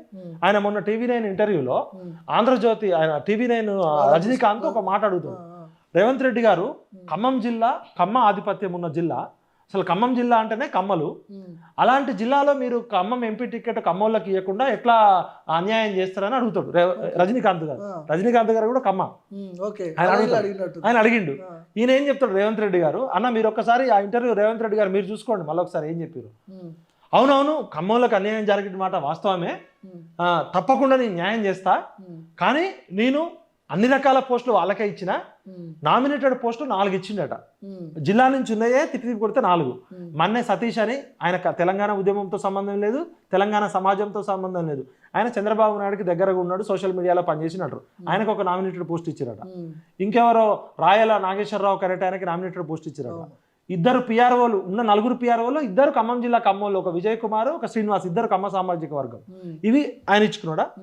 పార్టీ ఎన్ఎస్యుఐ ప్రెసిడెంట్ కమ్మ, యూత్ కాంగ్రెస్ ప్రెసిడెంట్ కమ్మ, మహిళా కాంగ్రెస్ ప్రెసిడెంట్ కమ్మ, డిస్ట్రిక్ట్ కాంగ్రెస్ ప్రెసిడెంట్ కమ్మ. పార్టీ పోస్టులు ఇవి. నామినేటెడ్ పోస్టులు ఉన్నాయి మొత్తం వాళ్ళకే. ఇక ఉన్న ఒక్క ఎంపీ టికెట్ రేణుకా చౌదరి గారికి తెలంగాణ ఉద్యమంతో సంబంధం లేదు, ఖమ్మం జిల్లాతో పేగుబంధం లేదు. ఆమె గతంలో ఎంపీ. మా ఖమ్మం జిల్లా దౌర్భాగ్యం ఏంటంటే ప్రతిసారి పివి రంగయ్య నాయుడు అనేట ఆయన ఎక్కడో కృష్ణా జిల్లా కాకినాడ నుంచి ఆయన వచ్చిండు. అంతకుముందు పివి నరసింహారావు గారు ఒక లేడీని తీసుకొచ్చి పెట్టిండు. అంటే మా ఖమ్మం జిల్లాలో నాయకులు లేరా మాకు? అయితే ఈ ఖమ్మం జిల్లా 3 మంత్రులు, ఒక ఆయన కొడుకుకు కావాలంటుండు, ఒక ఆయన భార్యకు కావాలంటుండు, ఒక ఆయన తమ్ముడికి కావాలంటుండు అని చెప్తే సోనియా గాంధీ అట ఎవ్వరు కుటుంబ సభ్యులకు ఇవ్వద్దు, రేవంత్ రెడ్డి గారు మీరు కాంగ్రెస్ పార్టీకి ఎవరైతే లాయల్గా ఉంటారో వాళ్ళకి టికెట్ ఇవ్వమని చెప్పిండట. రేవంత్ రెడ్డి గారు చెప్పారు. అప్పుడు ఈయన ఏం చేసిండట, మండవ వెంకటేశ్వరరావు అనే వ్యక్తి కాంగ్రెస్ పార్టీకి సీనియర్ నాయకుడు, కాంగ్రెస్ పార్టీకి లాయలిస్ట్ అట. మండవ వెంకటేశ్వరరావు అంటే నాకు కూడా గౌరవం ఉంది, చాలా మంచి మనిషి. ఆయనకి ఖమ్మం జిల్లాకి ఏం సంబంధం? ఆయన తెలుగుదేశం పార్టీతో జీవితం స్టార్ట్ చేసి తెలుగుదేశం పార్టీ నాయకుడిగా రిటైర్ అయి ఉన్నాడు. ఖమ్మం జిల్లాతో ఏ విధంగా సంబంధం లేదు. అంటే కేవలం ఖమ్మ కాబట్టి ఎక్కడో నిజామాబాద్ ఉన్న మండవ వెంకటేశ్వరరావు తీసుకొని ఖమ్మం జిల్లా మీద టికెట్ ఇద్దామని ట్రై చేసిండు. అది రేవంత్ రెడ్డి గారు చెప్పేదాకా మాకు తెలియదు. ఆయన కాంగ్రెస్ పార్టీ లాయలిస్ట్ ఎప్పుడైండు, తెలంగాణ ఉద్యమకారుడు ఎప్పుడైండు, కాంగ్రెస్ పార్టీకి అత్యంత వినేయుడు టికెట్ ఇవ్వమన్నారు. అయితే మండవ వెంకటేశ్వరరావుకి టికెట్ ఇవ్వడము అంటే మళ్ళా ఖమ్మోళ్ళ ఆధిపత్యాన్ని తీసుకురావడమే. ఉన్న ఒక ఎంపీ టికెట్ రాజ్యసభకి రేణుకా చౌదరి గారు. అంటే 55 నుంచి 60% ఉన్న బీసీలకి పార్టీలో టికెట్లు ఉండవు, నామినేటెడ్ పోస్టులు ఉండవు, ఎమ్మెల్సీ పోస్టులు ఉండవు, ఎంపీ పోస్టులు ఉండవు, పార్టీ పోస్టులు ఉండవు, ఆఖరికి ఉన్న ఒక్క ఎంపీ టికెట్ కూడా ఇవ్వలేదనే సోయి కూడా ఇచ్చింది కదా. అక్కడ ఏం చెప్తున్నాడు రేవంత్ రెడ్డి గారు, నేను ఏం చేసినా మీకు తెలుసా, వెంకటేష్ తెలుసా మీకు అని అన్నాడు. ఎవరు? రేవంత్ రెడ్డి గారు. అవునండి, వెంకటేష్ కూడా తిరిగి ప్రచారం చేసిండు. వెంకటేష్ ఒక సినిమా నటుడు, ఆయన గౌరవం ఇస్తాం. ఆయనకి ఖమ్మం జిల్లా రాజకీయాలతో ఏం సంబంధం, తెలంగాణ రాజకీయాలతో ఏం సంబంధం? అంటే వెంకటేష్ తన కూతురుని ఒక రఘుమారెడ్డి అనే ఒక పెద్ద భూస్వామికి, ఒక ఆసామికి ఇస్తే ఖమ్మ ప్లస్ రెడ్డికి ఇచ్చిన టికెట్ చూసినా ఎంత తెలివికి ఇచ్చినాము మేము. ఖమ్మోళ్ళు రెడ్డోళ్ళు, ఖమ్మం జిల్లాలో ఉన్న ఖమ్మోళ్ళ పర్సెంట్ 2% 3% ఉంటారు, మిగతా తెలంగాణలో పోలిస్తే కొద్దిగా ఎక్కువ ఉంటారు. రెడ్డీస్ 1% 2% ఉంటారు. ఈ 1% 2% ఉన్న వాళ్ళ గురించి ఇంత చెప్తున్నావు కదా, 55% ఉన్న వాళ్ళకి ఒక టికెట్ కూడా రాలేదు, ఒక సీటు కూడా ఇవ్వలేదు, ఒక పార్టీ పదవి కూడా ఇవ్వలేదు అనే సోయి ఎందుకు లేదు రేవంత్ అన్న? హనుమంతరావు కూడా ఖమ్మం జిల్లాకు సంబంధం లేదు. అక్కడ ఖమ్మం జిల్లాలో చాలా మంది ఉన్నారు. ఆయన బీసీ నాయకుడు పక్కకు పెట్టండి. ఖమ్మం జిల్లాలో చాలా మంది కాంగ్రెస్ పార్టీలో పార్టీ కోసం పనిచేసి ప్రాణాలు కోల్పోయిన వాళ్ళు చాలా మంది ఉన్నారు. మాకు వేరే జిల్లా వాళ్ళు ఎందుకు? తెలంగాణ ఉద్యమం వచ్చిందే భూమిపుత్రుల కోసం కదా. రేవంత్ రెడ్డి అన్న, ఇక్కడ నీ అజ్ఞానము, నీ అపరిపక్వత బయటపడ్డది. 60% జిల్లా ప్రజలు ఆ ఇంటర్వ్యూ చూసి నిన్ను తూతూ అంటున్నారు. అంటే నువ్వు ఖమ్మంల కోసం పనిచేయడానికి వచ్చినావా? ఇప్పటికే చంద్రబాబు నాయుడు శిష్యుడని అంటున్నారు. నువ్వు బహిరంగంగా ఆ ఇంటర్వ్యూలో నేను ఖమ్మంలకు అన్యాయం జరిగింది, ఇంకా న్యాయం చేస్తా, నీకేమన్నా పర్సనల్గా వాళ్ళు ఫైనాన్షియల్గా బెనిఫిట్ చేసిరు, లేకపోతే ఆంధ్రజ్యోతి రాధాకృష్ణ నీకేమైనా బెనిఫిట్ చేసిండు, TV5 నాయుడు ఏమైనా బెనిఫిట్ చేసిండు అంటే నువ్వు వాళ్ళకి పర్సనల్గా బిజినెస్ బెనిఫిట్ చేయని చెప్పి మా ఖమ్మం జిల్లాలో ఉన్న 60% ప్రజలని నువ్వు బహిరంగంగా అవమానించినావు. అంటే ఖమ్మం జిల్లా అంటే ఖమ్మోళ్ళే. ఇంకా మొన్నటిదాకా ఖమ్మంలో పాలన అయింది, ఇప్పుడు రెడ్డోళ్ళ పాలన అయింది. ఎవరి? రఘుమారెడ్డి అనేట ఆయన, వాళ్ళ కుటుంబ నేపథ్యము తెలంగాణలో రజాకారుల మూమెంట్ అప్పుడు విష్ణూరి రామచంద్రారెడ్డి, మహబూబాబాద్లో జన్నారెడ్డి అని ఇంకొక 2-3 కుటుంబాలు కొన్ని వేల ఎకరాల భూములు ఆక్రమించి రైళ్లు అరగంట పాటు ప్రయాణించినా కూడా వాళ్ళ భూములే ఉండేటి. ఇందిరాగాంధీ భూములు చేసింది కదా, ల్యాండ్ సీలింగ్ యాక్ట్ పెట్టక ముందు మొత్తం వరంగల్ జిల్లా, ఖమ్మం జిల్లా బార్డర్ అంతా వీళ్ళ కుటుంబాల చేతిలో ఉండేవి. వీళ్ళ వల్లనే ఈ దేశ్ముఖులు, దేశపాండే, రెడ్డి దొరలు, వెలమ దొరల వల్లనే తెలంగాణ అన్యాయానికి గురైంది. ఈ విష్ణూరు రామచంద్రారెడ్డి బంధువులని, ఈ జన్నారెడ్డి బంధువులు వీళ్ళంతా, వీళ్ళని తీసుకొచ్చి మా జిల్లా ఖమ్మం జిల్లా చైతన్యానికి పుట్టిన ఖమ్మం జిల్లాలో రఘుమార్ రెడ్డి గారి ఫాదరు రామసాయం సురేందర్ రెడ్డి గారు కాంగ్రెస్ పార్టీ వాది కావచ్చు, ఆయన సీనియర్ లీడర్ కావచ్చు. అంటే మళ్ళా కుటుంబ పాలన తీసుకురావడానికి ఫ్యామిలీ క్లబ్లా, అంటే ఖమ్మం జిల్లా అంటే ఒక పొంగులేటి కుటుంబము, లేకపోతే ఒక తుమ్మల నాగేశ్వరరావు కుటుంబము, ఒక పువ్వాడ నాగేశ్వరరావు కుటుంబము. నల్గొండ జిల్లా అంటే ఒక జానారెడ్డి కుటుంబము, ఒక కోమటిరెడ్డి కుటుంబము, ఒక ఇంకొక ఆయన ఉత్తమ్ కుమార్ రెడ్డి కుటుంబము. అంటే ఈ ఫ్యామిలీ క్లబ్బులు రాజ్యం ఎలా అనుకుంటున్నారా?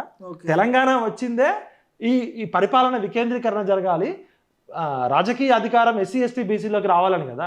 అదృష్టవశాత్తు ఎస్సీ ఎస్టీలకి కాన్స్టిట్యూషనల్ రైట్స్ ఉండడము, ప్రొటెక్షన్స్ ఉండడంతో వాళ్ళ వాటా మాకు దక్కుతుంది. మీకు కనీసం ఎందుకు సోయి ఉండదు? 60% ఉన్న బీసీలకి ఒక్క టికెట్ కూడా ఇవ్వలేకపోయినా మనమని సోయి లేకుండా బహిరంగంగా మీరు మాట్లాడుతున్నారంటే మీకున్న అజ్ఞానం మొత్తం బయటపడుతుంది. మీ అహంకారానికి ఖమ్మం జిల్లా ప్రజలు నవ్వుకుంటున్నారు. ఇప్పుడు పంచాయతీ ఎలక్షన్స్లో ఎట్లుంటుంది? మళ్ళీ కులగణన వచ్చే అవకాశం ఉంటుంది, ఇక్కడ చేస్తారంటారా? అసెంబ్లీ ఎన్నికల టైంలో 23 టికెట్లు బీసీలకు ఇస్తున్నారు, అది జరగలేదు. లోక్సభ ఎన్నికల్లో కూడా బీసీలకు న్యాయం చేస్తాము కులగణన అన్నారు, ఇంకేదో చెప్పారు, అది జరగలేదు. ఇప్పుడు పంచాయతీ లోకల్ బాడీ ఎలక్షన్స్ వస్తాయి, అప్పుడు ఎట్లుండొచ్చు, ఏం జరగవచ్చు? ఎప్పుడైనా గ్రామ స్వరాజ్యమే భారతదేశానికి వెన్నెముక. గ్రామము అంటే ఒక తల్లి గర్భంలో పిండంలో అండం ఎట్లుంటుందో అంత కీలకం ఈ దేశానికి. ఒక దేహంలో పిండం ఎంత కీలకమో గర్భంలో జననకి, ఆర్థిక అభివృద్ధికి, సామాజిక అభివృద్ధికి గ్రామ వికాసమే కీలకం అని చెప్పి గాంధీ గారు కలల కన్నా గ్రామ స్వరాజ్యం. గ్రామంలో బొడ్రాయి ఉంటుంది. బొడ్రాయి అనేది కల్చరల్గా మన పండగలకు అన్నిటికీ సెంటర్ ఎట్లనో, ఏ గ్రామం ఆ గ్రామము సెల్ఫ్ సఫిషియెంట్ ఉన్న భారతదేశంలో బ్రిటిష్ వాడు వచ్చి గ్రామ ఆర్థిక వ్యవస్థని నిర్వీర్యం చేసిండు. ఇప్పుడు ఫస్ట్ లీడర్షిప్ అనేది ఎక్కడి నుంచి స్టార్ట్ అవుతుంది? గ్రామం నుంచి స్టార్ట్ అవుతుంది. Ward member, sarpanch, MPTC, ZPTC, MPP, కౌన్సిలర్లు. ఎస్సీ ఎస్టీలకి రిజర్వేషన్లు ఉండడంతో వాళ్ళ లీడర్షిప్ కింద నుంచి వస్తుంది. 73-74 అమెండ్మెంట్ పెట్టి రాజీవ్ గాంధీ గారు స్థానిక సంస్థల్లో స్వయం పాలన ఉండాలి, బీసీలకి ఎక్కువ రిజర్వేషన్ ఉండాలి, స్థానిక సంస్థలకి ఎక్కువ అధికారాలు ఇచ్చి గ్రామ సభకి ఎక్కువ చట్టబద్ధత ఇచ్చిండు. అంటే ఈ ఎమ్మెల్యేల పెత్తనం ఉండొద్దు, ఎంపీల పెత్తనం ఉండొద్దు, రాష్ట్ర ప్రభుత్వాల పెత్తనం ఉండొద్దు అని చెప్పి గ్రామ సభ అనేది కీలకం. గ్రామంలో మెజారిటీ ప్రజలు ఎవరుంటే వాళ్ళు నాయకుడు అవుతారు. దానికోసం మేము ఎంతో కొట్లాడి 33% రిజర్వేషన్ తెచ్చుకుంటే పక్కనున్న తమిళనాడులో 63-61% రిజర్వేషన్ ఉంది బీసీలకి, బీహార్లో 61%, 67% రిజర్వేషన్ ఉంది. ఇక్కడ తెలంగాణలో 56% పైన గ్రామీణ ప్రాంతాల్లో బీసీలు ఉన్నారు. మాకు న్యాయబద్ధంగా 56% రావాలని అన్యాయం మేము ఎప్పటి నుంచో కొట్లాడుతుంటే కేసీఆర్ అనే దుర్మార్గుడు 33% నుంచి 22% చేసిండనే మేము కొట్లాడుతున్నాం. అంటే మాకు రావాల్సిన 11% మాట తగ్గిపోయిందని కొట్లాడుతుంటే కాంగ్రెస్ పార్టీ కామారెడ్డి డిక్లరేషన్లో, నేను మీకు చెప్తా అసలు ఆ కామారెడ్డి డిక్లరేషన్ ఏందనేది తెలిస్తే కాంగ్రెస్ పార్టీలో ఉన్న బీసీలకి కూడా తెలవాలి. అంటే వీళ్ళు ఎంత కుట్రలు చేస్తున్నారు అనేది. వాళ్ళు ఎలక్షన్లప్పుడు ఏం చెప్పారంటే, ఇది జూమ్ చేయమ్మా, భారత జాతీయ కాంగ్రెస్ తెలంగాణ రాష్ట్ర కాంగ్రెస్ కమిటీ అసెంబ్లీ ఎన్నికలు 2023, ఇదేంది అభయహస్తం మేనిఫెస్టో, ఇందిరమ్మ రాజ్యం ఇంటింటా సౌభాగ్యం. వీళ్ళు మేనిఫెస్టోలో ఏం చెప్పారంటే, మేనిఫెస్టో కమిటీ ముందు మాట, గత 9.5 సంవత్సరాల్లో టీఆర్ఎస్ లేదా బీఆర్ఎస్ ప్రభుత్వంలో దగాపడ్డ తెలంగాణ ప్రజల ఆకాంక్షలకు అద్దం పట్టే విధంగా ఈ మేనిఫెస్టోను రూపొందించామని తెలియజేయడానికి సంతోషిస్తున్నాము. వివిధ వర్గాలను, సంఘాలను, సంస్థలను, వ్యక్తులకు సంప్రదించి వారి సమస్యలను విశ్లేషించి ఒక తేజోవంతమైన మరియు సమగ్ర సుస్థిర తెలంగాణను అభివృద్ధి పరిచే దిశగా ఈ మేనిఫెస్టోను రూపొందించి తెలంగాణ సమాజానికి అంకితం ఇస్తున్నాము. కాంగ్రెస్ పార్టీ అధికారంలోకి రాగానే ఈ మేనిఫెస్టోలోని ప్రతి హామీని డెడ్లైన్ల లోపే తప్పకుండా అమలు చేసి తెలంగాణ ప్రజల భవిష్యత్తును బంగారు బాటలో నడిపిస్తామని యావత్ తెలంగాణ సమాజానికి హామీ ఇస్తున్నాము. ఇట్లు దుద్దిల్ల శ్రీధర్ బాబు, చైర్మన్, తెలంగాణ రాష్ట్ర మేనిఫెస్టో కమిటీ. వీళ్ళు విషయ సూచికలో సుపరిపాలన అన్నారు, వరంగల్ రైతు డిక్లరేషన్ అన్నారు, హైదరాబాద్ యూత్ డిక్లరేషన్ అన్నారు, చేవెళ్ళ ఎస్సీ ఎస్టీ డిక్లరేషన్ అన్నారు, మైనారిటీ డిక్లరేషన్ అన్నారు, Kamareddy BC declaration. Coming to the Kamareddy BC declaration. ఈ కామారెడ్డి బీసీ డిక్లరేషన్ ఏం చెప్తుంది చూద్దాం. ఇగో అభయహస్తం మేనిఫెస్టో, కామారెడ్డి బీసీ డిక్లరేషన్. రిజర్వేషన్లు, కులగణన, బీసీ కమిషన్ నివేదిక ఆధారంగా అధికారంలోకి వచ్చిన 6 నెలల్లోపే కులగణన చేసి బీసీ రిజర్వేషన్ల పెంపు చేస్తారు. మరి అధికారంలోకి వచ్చి 6 నెలలు అయింది, 5 నెలలు దాటింది. 5 నిమిషాల పని అన్న బీసీ కులగణన మీద చేసిర్రా? రాహుల్ గాంధీ చెప్పే కులగణన తెలంగాణలో ఉన్న అన్ని కులాలు, అన్ని మతాలు డేటా తీయాలి. వెలమలు ఎంతమంది ఉన్నారు, రెడ్లు ఎంతమంది ఉన్నారు, బ్రాహ్మణులు ఎంతమంది ఉన్నారు, వైశ్యాస్ ఎంతమంది ఉన్నారు, అవన్నీ తీస్తే లెక్కలు తెలుస్తాయి కదా. అదేవిధంగా సామాజిక, ఆర్థిక, రాజకీయ పరిస్థితులు ఎట్లున్నాయి, socio political, economical, demographic data. Data is development, data driven society. ఇవాళ డేటా తీస్తే ఒక కుటుంబంలో ఎంతమంది మహిళలు ఉన్నారు, ఎంతమంది పురుషులు ఉన్నారు, ఎంతమంది పిల్లలు ఉన్నారు, వాళ్ళ వృత్తులు ఏంటి, వాళ్ళ ఆర్థిక పరిస్థితి ఏంటి, వాళ్ళ సామాజిక స్థితి ఏంటి, వాళ్ళ కుటుంబంలో ఉన్న పేదరికం ఏంటి, ఎంతమందికి ఇల్లులు ఉన్నాయి, ఎంతమంది. కేసీఆర్ 2014లో రాగానే సమగ్ర కుటుంబ సర్వే చేసిండు, ఆ డేటా ఇంతవరకు బయట పెట్టలే. ప్రతిపక్షంలో ఉన్నప్పుడు ఇదే కాంగ్రెస్ పార్టీ నాయకులు రేవంత్ రెడ్డి సమగ్ర సర్వే డేటాని ముడి కింద ఎందుకు పెట్టుకున్నావు కేసీఆర్ అని విమర్శించారు. మరి 6 నెలలు అయింది కదా, మీరు ప్రమాణ స్వీకారం చేసిన వెంటనే చేయాల్సింది కేసీఆర్ చేసిన డేటా బయట పెట్టాలి కదా. మరి 5 నెలల కాలంలో, 6 నెలల కాలంలో 5 నిమిషాల సమయం కూడా దొరకలేదా? దానికేం పైసలు ఖర్చు కావసం లేదు. కేసీఆర్ చేసిన డేటా ఎందుకు బయట పెట్టలే? బరాబర్ డేటా బయట పెట్టాల్సిందే. డేటా బయట పెట్టకపోతే మీరు కూడా తెలంగాణ ద్రోహులు, సమాజానికి ఎస్సీ ఎస్టీ బీసీలకి వ్యతిరేకులని మేము డిక్లేర్ చేస్తాం. ఇమీడియట్గా వితిన్ 2-3 డేస్లో పెట్టాలని డిక్లేర్ చేస్తున్నాం. కొత్తగా స్థానిక సంస్థల్లో ప్రస్తుతం ఉన్న బీసీ రిజర్వేషన్లు 23% ఉన్నాయి. కేసీఆర్ ద్రోహం చేసిండు. మేము వస్తే 23% నుంచి 42% పెంచుతాం. పంచాయతీ, మున్సిపాలిటీలో కొత్తగా 23,973 మంది బీసీలకు రాజకీయ ప్రాతినిధ్యం ఇస్తాం. స్థానిక సంస్థల్లో బీసీ రిజర్వేషన్ల ఉపవర్గీకరణ. రేవంత్ రెడ్డి గారు చెప్పిన మాట ఎంత అద్భుతంగా ఉందంటే, బీసీలలో కూడా కొన్ని కులాలే ఎంజాయ్ చేస్తున్నాయి. మునూరు కాపు, ముదిరాజు, గౌడు, యాదవ్, పద్మశాలి. ఎంబీసీలకి మేము ప్రాధాన్యత ఇస్తాం. బీసీలో కూడా ఉపవర్గీకరణ చేస్తాం. ఎట్లయితే మాల మాదిగలకు అన్యాయం జరుగుతుంది. Hats off. మేనిఫెస్టోలో అద్భుతంగా పెట్టారు, సూపర్ రేవంత్ అన్న. బట్ ఈ 6 నెలల కాలంలో ఏం పని చేసిర్రు? ఎందుకు ఇంత తొందరపడుతున్నారు? కులగణన చేయకుండా, బీసీ జనాభా లెక్క బయట పెట్టకుండా, అగ్రవర్ణాల లెక్క బయట పెట్టకుండా ఎందుకు పంచాయతీ ఎలక్షన్లో తొందరపడుతున్నారంటే, పంచాయతీ ఎలక్షన్లలో లీడర్షిప్పే పునాది. ఊర్లలో ఇప్పటికే భూస్వాములు, ఆసాములు, పెత్తందారుల వ్యవస్థ తెలంగాణలో అయితే వెలమదొర రాజకీయం చేయాలి, లేకపోతే రెడ్డి దొర చేయాలి, లేకపోతే అక్కడక్కడ మునూరు కాపు పటేళ్ళు చేయాలి. ఇంకా మిగతా కులాలన్నీ చెక్కభజన చేసుకోవాలా? అంటే భూముల మీదే, అధికారం మీదే. ఇప్పటికే భూమి కోసం, భుక్తి కోసం, విముక్తి కోసం కొన్ని లక్షల మంది ప్రాణాలు ప్రతి తెలంగాణ నేర రక్తంతో తడిచిపోయింది. ఎందుకు తడిచిపోయింది? మాకు భూమి కావాలి, భూమి వస్తే ఆధారం ఉంటుంది, భూమి వస్తే గౌరవం ఉంటుంది, భూమి వస్తే ఉపాధి ఉంటుందని ఉన్నది. ఇప్పటికే వీళ్ళు బినామీల పేర్ల మీద ఊర్లలో 1000 ఎకరాలు కబ్జా చేసిర్రు. సిటీలో రియల్ ఎస్టేట్, మోడర్న్ ఎకానమీ అంతా వీళ్ళ చేతుల్లోకి వెళ్ళింది. ఆ విషయం చెప్పకుండా మళ్ళా ఊర్లలో రేవంత్ రెడ్డి గారు కర్ణాటకలో అప్పుడు రెడ్డి సంఘం మీటింగ్లో ఏమని చెప్పిండు? ప్రతి రెడ్డి అనేటోడు కనీసం 10 ఎకరాల భూమి సంపాదించాలి. మీరు ఏం చేస్తారో నాకు తెలియదు. రెడ్డి అనేటోడు పుట్టిందే రూల్ చేయడానికి, రెడ్లు మాత్రమే పరిపాలకులు అనే విధంగా మాట్లాడారు. అంటే వాళ్ళు ఏమైనా డిఫరెంట్గా పుట్టిర్రా? రెడ్లు కూడా మనుషులే కదా. రెడ్లలో కూడా చాలా మంది ప్రోగ్రెసివ్ ఐడియాలజీ ఉన్న వాళ్ళు, వాళ్ళందరికీ నమస్కారం.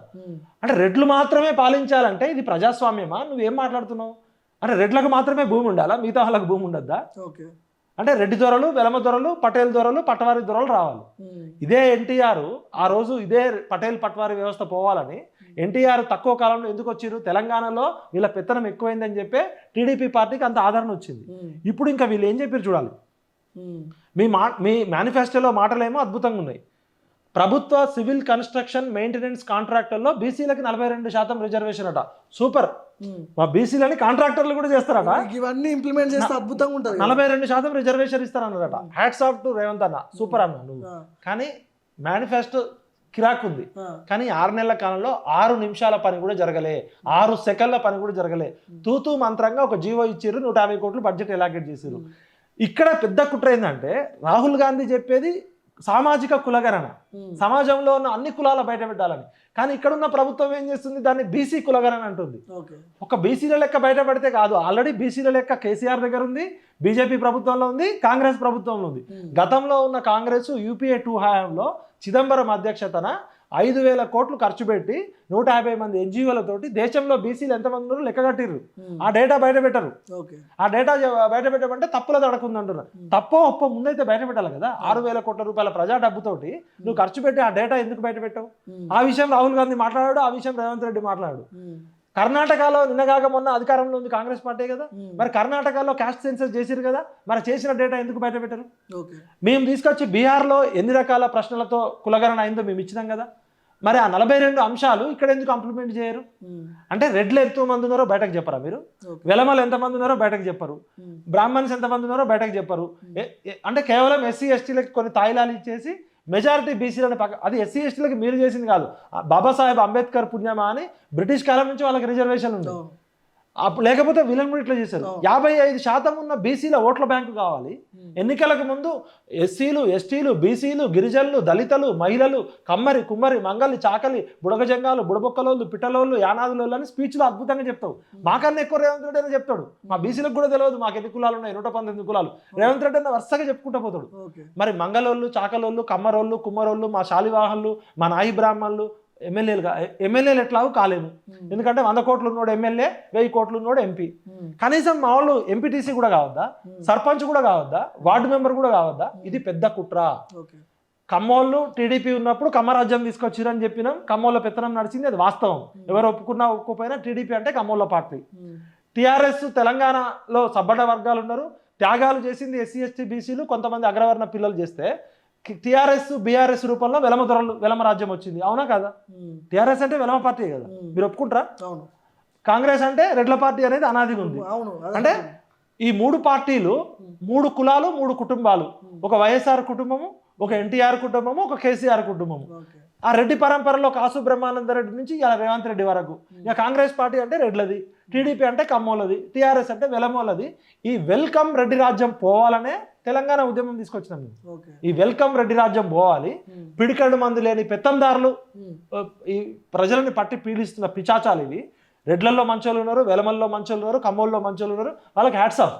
కొంతమంది భూములు మింగిన భూబకాసులు, కొండలు మింగిన ఆనకొండలు, గుట్టలు మింగిన గుండాగాళ్ళు, ఈ కాంట్రాక్టర్లు వేల కోట్ల రూపాయల ప్రజాధనాన్ని దోచుకొని ప్రజాస్వామ్యం అంటే అమ్మడము కొనడము. ఇలా కులం కూడా కాదు, ధనబలం. ఇది ధనకులం. ధనికులంతా ప్రజాస్వామ్యాన్ని గ్యాంగ్ రేప్ చేస్తుంటే వాళ్ళకి మీరు ఎమ్మెల్యే టికెట్లు, ఎంపీ టికెట్లు ఇస్తున్నారు. ఇప్పుడు మహబూబ్ నగర్ ఒకటి, భువనగిరి ఒకటి, 2 కొద్దిగా హాట్ సీట్గా మారింది. అక్కడ డీకే అరుణ వర్సెస్ వంశీ చందర్ రెడ్డి నడుస్తుంది. ముఖ్యంగా రేవంత్ రెడ్డి దాని మీద ప్రత్యేకమైన ఫోకస్ పెట్టాడు మహబూబ్ నగర్. ఇక్కడ పోతే భువనగిరి కోమటిరెడ్డి బ్రదర్స్ వాళ్ళ హవా ఉంటుంది. ఒకవైపు బీసీ నాయకుడు బూర నర్సయ్య గౌడ్, మాజీ ఎంపీ అయిన చామల కిరణ్ కుమార్ రెడ్డి, ఎవరో తెలియదు కానీ ఒక రెడ్డి తీసుకొచ్చి అక్కడ పెట్టారు. రేవంత్ ఇన్ఫ్లుయెన్స్ లేకపోతే ఏదో అక్కడ వర్కౌట్ అవుతుంది.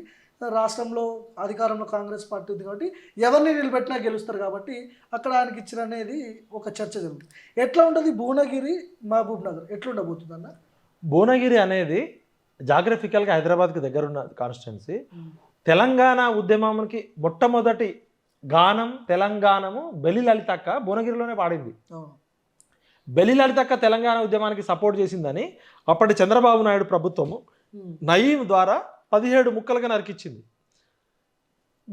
అసలు తెలంగాణ ఉద్యమానికి పునాది ఆర్గనైజేషను మారోజు వీరన్న సిద్ధాంతము, బెలి లలితక్క ఆధ్వర్యంలో డోలు దెబ్బ గొల్లకుర్మ సంఘం అనేది భువనగిరి కేంద్రంగా పనిచేసింది. అప్పటికి ఇంకా కేసీఆర్ రాలే, ప్రజా సంఘాలు రాలే, ఎవరు రాలే. అప్పుడు పృథ్వీ యాదవ్ అన్న కానీ, విమలక్క కానీ, పాషం యాదగిరి వీళ్ళంతా భువనగిరిలో మీటింగ్ పెట్టి భువనగిరి డిక్లరేషన్ పెట్టారు. ఏ తెలంగాణ కోసం పాట పాడిన బెలి లలితని చంద్రబాబు ప్రభుత్వం చంపేసింది. భువనగిరిలో అన్ని రకాల సామాజిక విప్లవాలకి చైతన్యానికి ప్రతీక. అదే భువనగిరి పేర్చుకొని నయీం అనే ఒక వైరస్ మొత్తం రాష్ట్రాన్ని కబలించింది. అక్కడే మావోయిస్టులు మాధవరెడ్డి ఎన్కౌంటర్ చేసిర్రు. ఇన్ని రకాల చైతన్యం ఉంటే అక్కడ మెజారిటీ ప్రజలు గౌడ్స్ 3 లక్షలు ఉన్నారు, 3.5 లక్షలు ఓటర్లు ఉన్నారు, 4.5 లక్షల పైగా ప్రజలు ఉన్నారు. యాదవులు 2.5 లక్షల నుంచి 4 లక్షలు ఉన్నారు ప్రజలు. గౌడ్స్, యాదవ్స్, గొల్లకుర్మ, మునూరు కాపులు, ముదిరాజులు, పద్మశాలీలు 60% పైగా బీసీలు ఉన్నారు. ఏ పార్టీ అయినా గెలవాలంటే బీసీలకు టికెట్, మన బీసీనే గెలిపించుకోవాలి అనుకుంటే ఏ పార్టీ అయినా టికెట్ ఇవ్వాలంటే ఎవరు జనాభా ఎక్కువ ఉంటే వాళ్ళకి టికెట్ ఇస్తారు. వాళ్ళు బీసీల మీద ప్రేమతో కాదు, కనీసం బీసీని అన్న ఇస్తే మనం గెలుస్తాం, ఒక సీట్ వస్తుందని. మరి బీజేపీ పార్టీ బూర నరసయ్య గౌడ్కి ఇచ్చింది, టీఆర్ఎస్ పార్టీ యాదవ్కి ఇచ్చింది. క్యామ మల్లేష్ అనేటారు, ఆయన తెలంగాణ ఉద్యమకారుడు, తెలంగాణ ఉద్యమంతో సంబంధం ఉన్నాడు, చాలా నష్టపోయినాడు. బూర నరసయ్య గౌడ్ మా అందరితో పాటు తెలంగాణ ఉద్యమంలో పనిచేసిండు, ఒక ప్రొఫెషనల్ డాక్టరు. ఆయన తెలంగాణ ఉద్యమంతో నష్టపోయింది తప్ప లాభపడలేదు. ఆయన కష్టపడి కిందకుల నుంచి వచ్చిండు. అహంకారి కాదు, నిగర్వి, అందరితో కలిసి ఉండేటోడు. మరి కాంగ్రెస్ పార్టీ కూడా తెలివిగా ఒక యాదవ్కో, ఒక గౌడ్కో, ఒక ముదిరాజుకో, ఒక మునూరు కాపుకో ఇవ్వచ్చు కదా.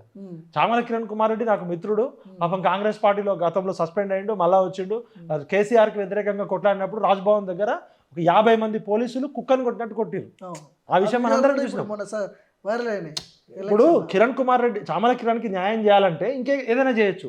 60% బీసీలు ఉన్న దగ్గర నల్గొండ జిల్లాలో ఇప్పటికే రెడ్ల పెత్తనం ఉందని ప్రతి చదువుకున్నోడు తిట్టుకుంటున్నాడు. అరే తెలంగాణ నల్గొండ అంటే రెడ్డి అచ్చిరెడ్డి పిచ్చిరెడ్డి అచ్చిరెడ్డి అనుకుంటున్నప్పుడు మీరు బహిరంగంగా బీసీల ఆకాంక్షలకు విరుద్ధంగా 60% ప్రజలని తుంగలో తొక్కి నీ మిత్రుడు అని చెప్పి టికెట్ ఇచ్చినావు. నీ మిత్రుడు అయితే ఒక కార్పొరేషన్ చైర్మన్ ఇవ్వాల్సి ఉండే, లేకపోతే ఒక ఎమ్మెల్సీ ఇవ్వాల్సి ఉండే, లేకపోతే ఇంకేదన్నా ఇవ్వాల్సి ఉండే. నువ్వు 60% ప్రజల బీసీల గొంతు కోసి అక్కడ నేను టికెట్ ఇవ్వడంతో ఇవాళ అక్కడ ఏమైంది, ఒక బీసీ ఉద్యమానికి రేవంత్ రెడ్డి నాంది పలికిండు. ఏ కులగణన చేయాలి, సామాజిక న్యాయం జరగాలి, బీసీలకు అన్యాయం జరిగిందని చెప్పినప్పుడు భువనగిరి కాంగ్రెస్ పార్టీకి అంచుకోట కదా, నల్గొండ కాంగ్రెస్ పార్టీకి అంచుకోట కదా, మరి నల్గొండలో ఒక టికెట్ ఇవ్వాలి కదా. ఉన్న 2 సీట్లు ఆల్రెడీ జానారెడ్డి గారు కాంగ్రెస్ పార్టీలో ఎంత కష్టపడాలి అంత కష్టపడ్డాడు, ఎంత ఎంజాయ్ చేయాలి అంత ఎంజాయ్ చేసిండు. వాళ్ళ ఒక కొడుకు ఎమ్మెల్యే, ఇంకో కొడుకు ఎంపీ. అంటే ఇక ఫ్యామిలీ క్లబ్లా అంటే మీకేమైనా సోయిందా, ప్రజలు ఏమనుకుంటున్నారా అనేది? అంటే మీరేమైనా ఫ్యూడల్ ల్యాండ్ లార్డ్ల సంస్థలు అంటే తెలంగాణ రజాకార్ల టైంకి తీసుకెళ్ళబోతున్నారా? అంటే తెలంగాణ నల్గొండ అంటే కొంతమంది పిడికడి మంది రెడ్లు, ఖమ్మం అంటే కొంతమంది కమ్మలు, అంటే ఇట్లా జిల్లాలు ఫ్రాంచైజ్ ఇస్తున్నారా? మీరేమైనా కుటుంబాలకి అవకాశం లేదా? 100% ఓడిపోతాడు. ఒకవేళ రేవంత్ రెడ్డికి ఏం బలం ఉంది? కాదు రేవంత్ రెడ్డి అయినా కాంగ్రెస్ పార్టీ కుటుంబం నుంచి వచ్చిండా? నల్గొండ కాంగ్రెస్ రేవంత్ రెడ్డి టీడీపీ నుంచి వచ్చిన నాయకుడు. రేవంత్ రెడ్డి గారే ఒకసారి మాతో అన్నాడు, నేను నల్గొండ పాలిటిక్స్ లో వేలు పెట్టాను, అక్కడ కోమటిరెడ్డి బ్రదర్స్, ఉత్తమ్ కుమార్ రెడ్డి, జానారెడ్డి, హేమా ఎంవీలు ఉంటారు, నేను నల్గొండ పాలిటిక్స్ లో అసలు వేలే పెట్టానని చెప్పి. ఇంతమంది రెడ్ల నుంచి కూడా అక్కడ కోమటిరెడ్డి బ్రదర్స్ ఇన్ఫ్లుయెన్స్ పనిచేస్తే గెలిపించుకోవాలా? రాజగోపాల్ రెడ్డి గారు నాకు మిత్రుడే, బోలా శంకరే, ఆయన తెలంగాణ క్యారెక్టర్ కి సూట్ అయ్యే క్యారెక్టర్, ఆయన దాచుకోడు, ఉన్నట్టు మాట్లాడుతారు. తెలంగాణ ఉద్యమంలో వాళ్ళు నష్టపోయారు, కోమటిరెడ్డి బ్రదర్స్ పార్టిసిపేట్ చేశారు. కానీ మీకైనా ఉండాలి కదా సోయి. 60% ప్రజలు బీసీలు ఉన్నప్పుడు బీసీలకు టికెట్ ఇవ్వాలని ఉండాలి కదా. ఒక ఆయన నా భార్యకి టికెట్ ఇవ్వమంటాడు, ఒక ఆయన అన్న కొడుకు టికెట్ ఇవ్వమంటాడు. ఏంద్రా భయ్ మీరు ఇక్కడ ఈ ఫ్యామిలీ క్లబ్లు పెడుతున్నారా? అంటే ఇప్పటికే కాంగ్రెస్ పార్టీ మొన్నటిదాకా కేసీఆర్ ని కుటుంబ పాలన అని తిట్టిరు.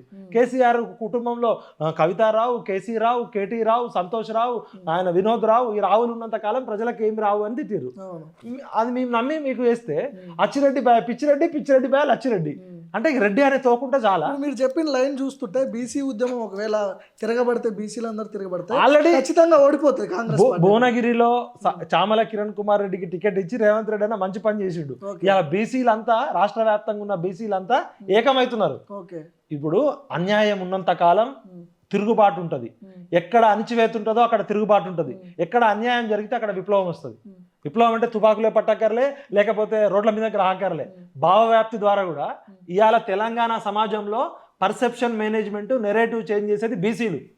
బీసీలు ఏమనుకుంటే అది అవుతుంది. రాబోయే కాలం బీసీల యుగం. కానీ ఎమ్మెల్యేలు భారీ మెజార్టీతో గెలిచారు. అక్కడ మందుల సామెలు కావచ్చు, ఎమ్మెల్యేలు గెలిచింది కావచ్చు, వీళ్ళందరూ పెద్ద ఎత్తున ఎమ్మెల్యేలు గెలిచారు ఉమ్మడి నల్గొండ జిల్లా వ్యాప్తంగా.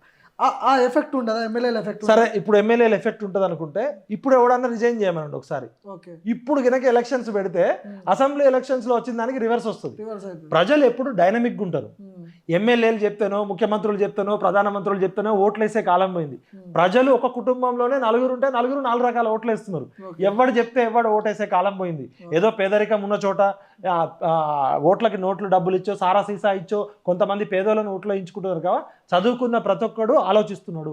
ఆలోచించే ప్రతి ఒక్కడు కూడా సామాజిక న్యాయం కోరుకుంటున్నాడు.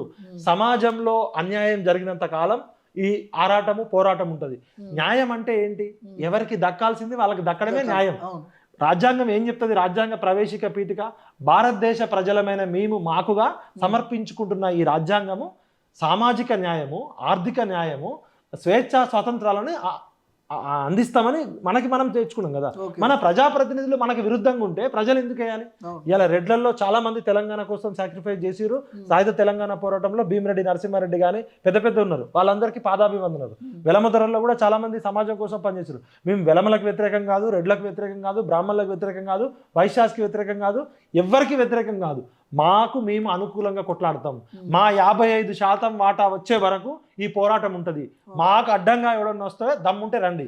జనబలం మాది, బుద్ధిబలం మాది. ఈ దేశంలో బ్యాక్వర్డ్ క్లాసెస్ కాదు మేము, brilliant and creative communities. We are backbone of this nation. మా శ్రమ నుంచి, మా ఉత్పత్తి నుంచి ఇలా సంపద సృష్టించబడ్డది. ఒక కమ్మరి పని చేస్తే, ఒక కుమ్మరి పని చేస్తే, ఒక చాకలి పని చేస్తే, ఒక మంగలి పని చేస్తే ఊరు నడుస్తుంది. ఊర్లలో ఒక రెడ్డి ధర లేకపోయినా, ఒక వెలమ ధర లేకపోయినా, ఒక కమ్మ ధర లేకపోయినా ఊరేం ఆగిపోదు. కానీ ఈ బీసీలు, ఎస్సీ, ఎస్టీలు, ఈ శ్రామిక కులాలు లేకపోతే ఊరే ఆగిపోతుంది.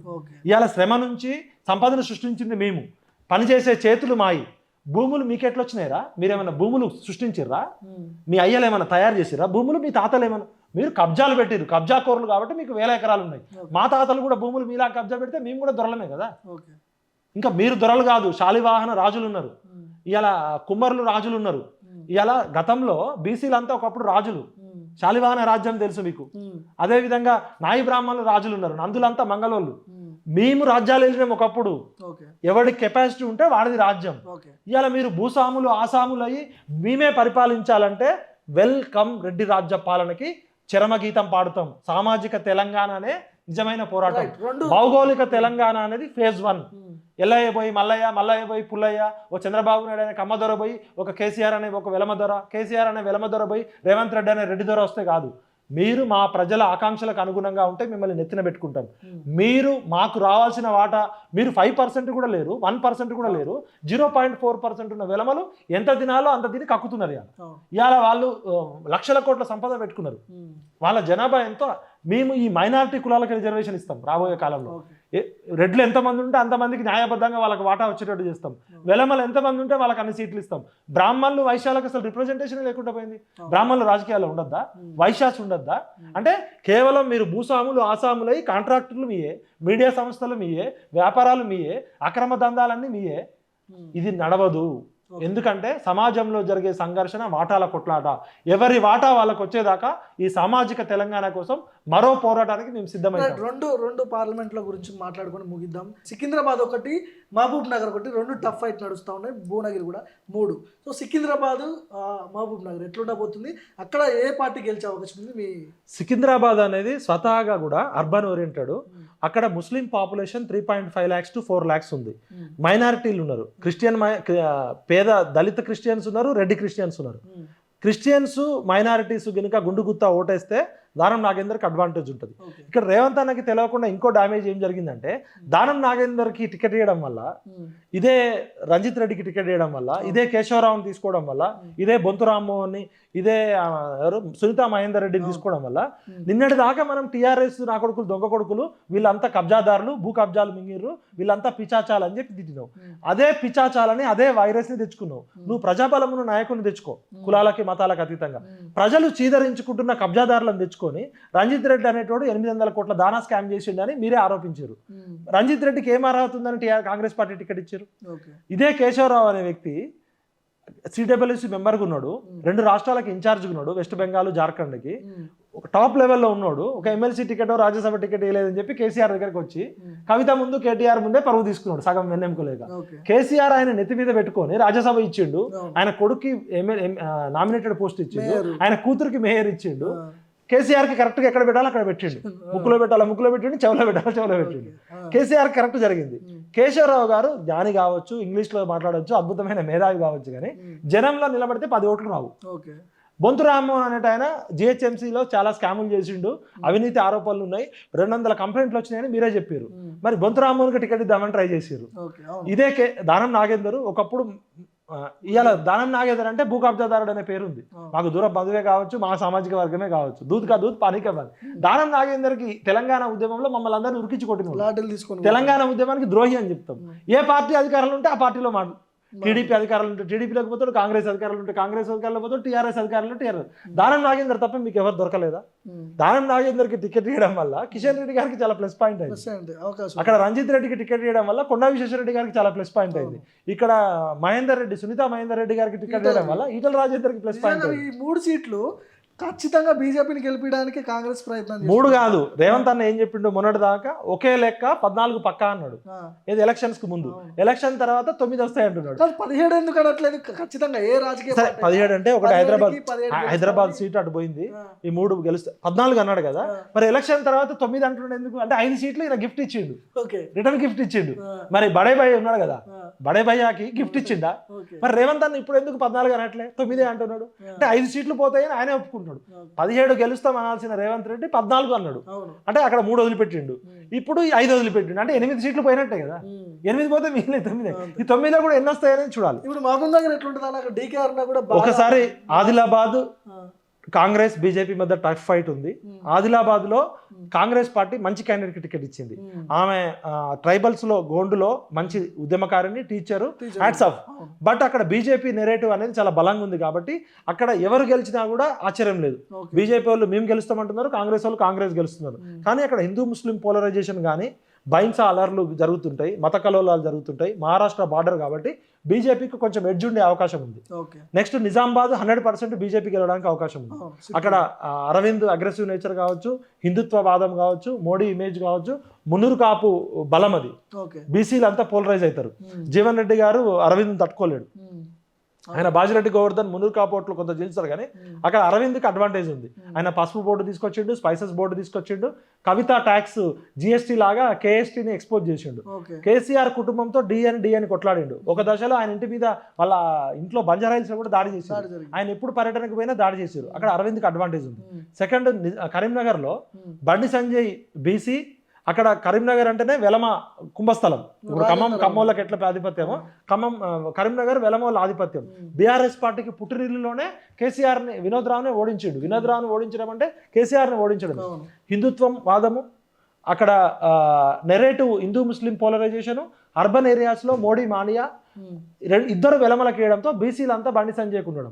బండి సంజయ్ పార్టీలకు అతీతంగా ఎవరు కష్టంలో ఉన్నా కాపాడుకునే నేచర్ ఉంది. మన ఉద్యమకారులు కానీ జర్నలిస్టులకు ఏమి ఇబ్బంది వచ్చినా ఆయన బెయిల్కి డబ్బులు పెట్టిండు, జైల్లోకి వచ్చిండు, కాపాడుకున్నాడు. మల్లన్నను కానీ, నన్ను కానీ, రఘువును కానీ, మన కాళోజీ శ్రీనివాసును కానీ, మైపాల్ యాదవ్ను కానీ. కాబట్టి స్వతహాగా బండి సంజయ్కి అక్కడ అడ్వాంటేజ్ ఉంది. అదేవిధంగా ఇక్కడ సికింద్రాబాద్లో కిషన్ రెడ్డి సౌమ్యుడు, ఆయన చేసిన డెవలప్మెంటల్ యాక్టివిటీసు దానం నాగేందర్ కిషన్ రెడ్డితో పోలిస్తే కొద్దిగా కిషన్ రెడ్డి గారిదే గత 4 సీట్లలో కిషన్ రెడ్డిదే కొంచెం టఫ్ ఉంది. కిషన్ రెడ్డి గారు బయటపడతారు అంటున్నారు. ఇలా చేవేళ్ళ తీసుకుంటే కొండా విశ్వేశ్వరరెడ్డి గెలుపు 100% ఈజీగా అయిపోతుంది, లక్షల మెజార్టీతో గెలుస్తారు. మల్కాజ్గిరిలో ఈటల రాజేందర్ గెలుపు ఈజీ, అంటే 6 సీట్లు అవుతున్నాయా. అదేవిధంగా మెదక్లో ట్రయాంగిల్ ఫైట్ కొద్ది గొప్ప ఉన్నది అక్కడే. ఒకటి వెంకటరామరెడ్డి అక్కడ డబ్బు బలం 100 కోట్లతో ఏదో ఒక ట్రస్ట్ పెట్టడము. అదేవిధంగా అక్కడ ముంపు గ్రామాల బాధితులకు 20,000 నుంచి 30,000 వెంకటరామరెడ్డికి కర్రు కాల్చి వాత పెట్టాలని. ఎందుకంటే వీడు ఆ ప్రాజెక్టులు అన్ని తీసుకొచ్చి గ్రామాలు మింగిండు కాబట్టి అక్కడ కోపం ఉంది. కాకపోతే సిద్దిపేటలో బీఆర్ఎస్కి ఎంత లీడింగ్ వస్తుంది, గజ్వేల్లో ఎంత లీడింగ్ వస్తుంది అనేది ఇంపార్టెంట్. ఒకవేళ అక్కడ కనుక లక్షల్లో లీడింగ్ వస్తే బీఆర్ఎస్కి ఏమైనా అవకాశం ఉంటే ఉండొచ్చు. బట్ రఘునందన్ రావుకున్న వాక్చాతుర్యము, రఘునందన్ రావు తెలంగాణ ఉద్యమకారుడు, స్వతహాగా ఆయనకున్న ఇమేజ్ తోటి బీజేపీ మేనియా, మోడీ ఇమేజ్, దీంతో రఘునందన్ రావు టఫ్ ఫైట్ ఇచ్చిండు. నీలం మధు ముదిరాజ్కి టికెట్ ఇవ్వడము, ఆయన ఎమ్మెల్యేకే పనికిరాడని పక్కకు పెట్టిరు, మళ్ళీ ఎంపీ టికెట్ ఇచ్చారు. ఆయన ఒక సర్పంచ్గా ల్యాండ్ డీలింగ్స్లో కొన్ని డబ్బులు వచ్చినాయి, ఆ డబ్బులన్నీ ఖర్చు పెట్టించారు. ఇప్పుడు అప్పులు చేసి పాపం పెట్టారు. ముదిరాజుల ఓటు నీలం మధు ముదిరాజ్కి ఎంతవరకు వస్తుందో చూడాలి. అంటే పటాన్ చెరువు సంగారెడ్డి వరకు పడవచ్చు, అంతవరకు అయినా ఆయన గెలిచే సీట్ కాదు. ఇప్పుడు ముదిరాజులకు టికెట్ ఇవ్వాలనుకుంటే గెలిచే భువనగిరిలోనో, గెలిచే ఖమ్మంలోనో, గెలిచే ఎక్కడ దగ్గర ఇవ్వచ్చు కదా. అంటే అక్కడ దానం నాగేందర్ బీసీ సికింద్రాబాద్లో గెలిచే పరిస్థితి లేదు. ముదిరాజు బిడ్డ మా నీలం మధు ముదన్న గెలిచేది. అంటే బీసీలకు ఇచ్చిన 3 టికెట్లలో ఈ 2 గెలిచే పరిస్థితి లేదు. జహీరాబాద్లో కూడా ఇలా బీజేపీ అడ్వాంటేజ్ కనబడుతుంది.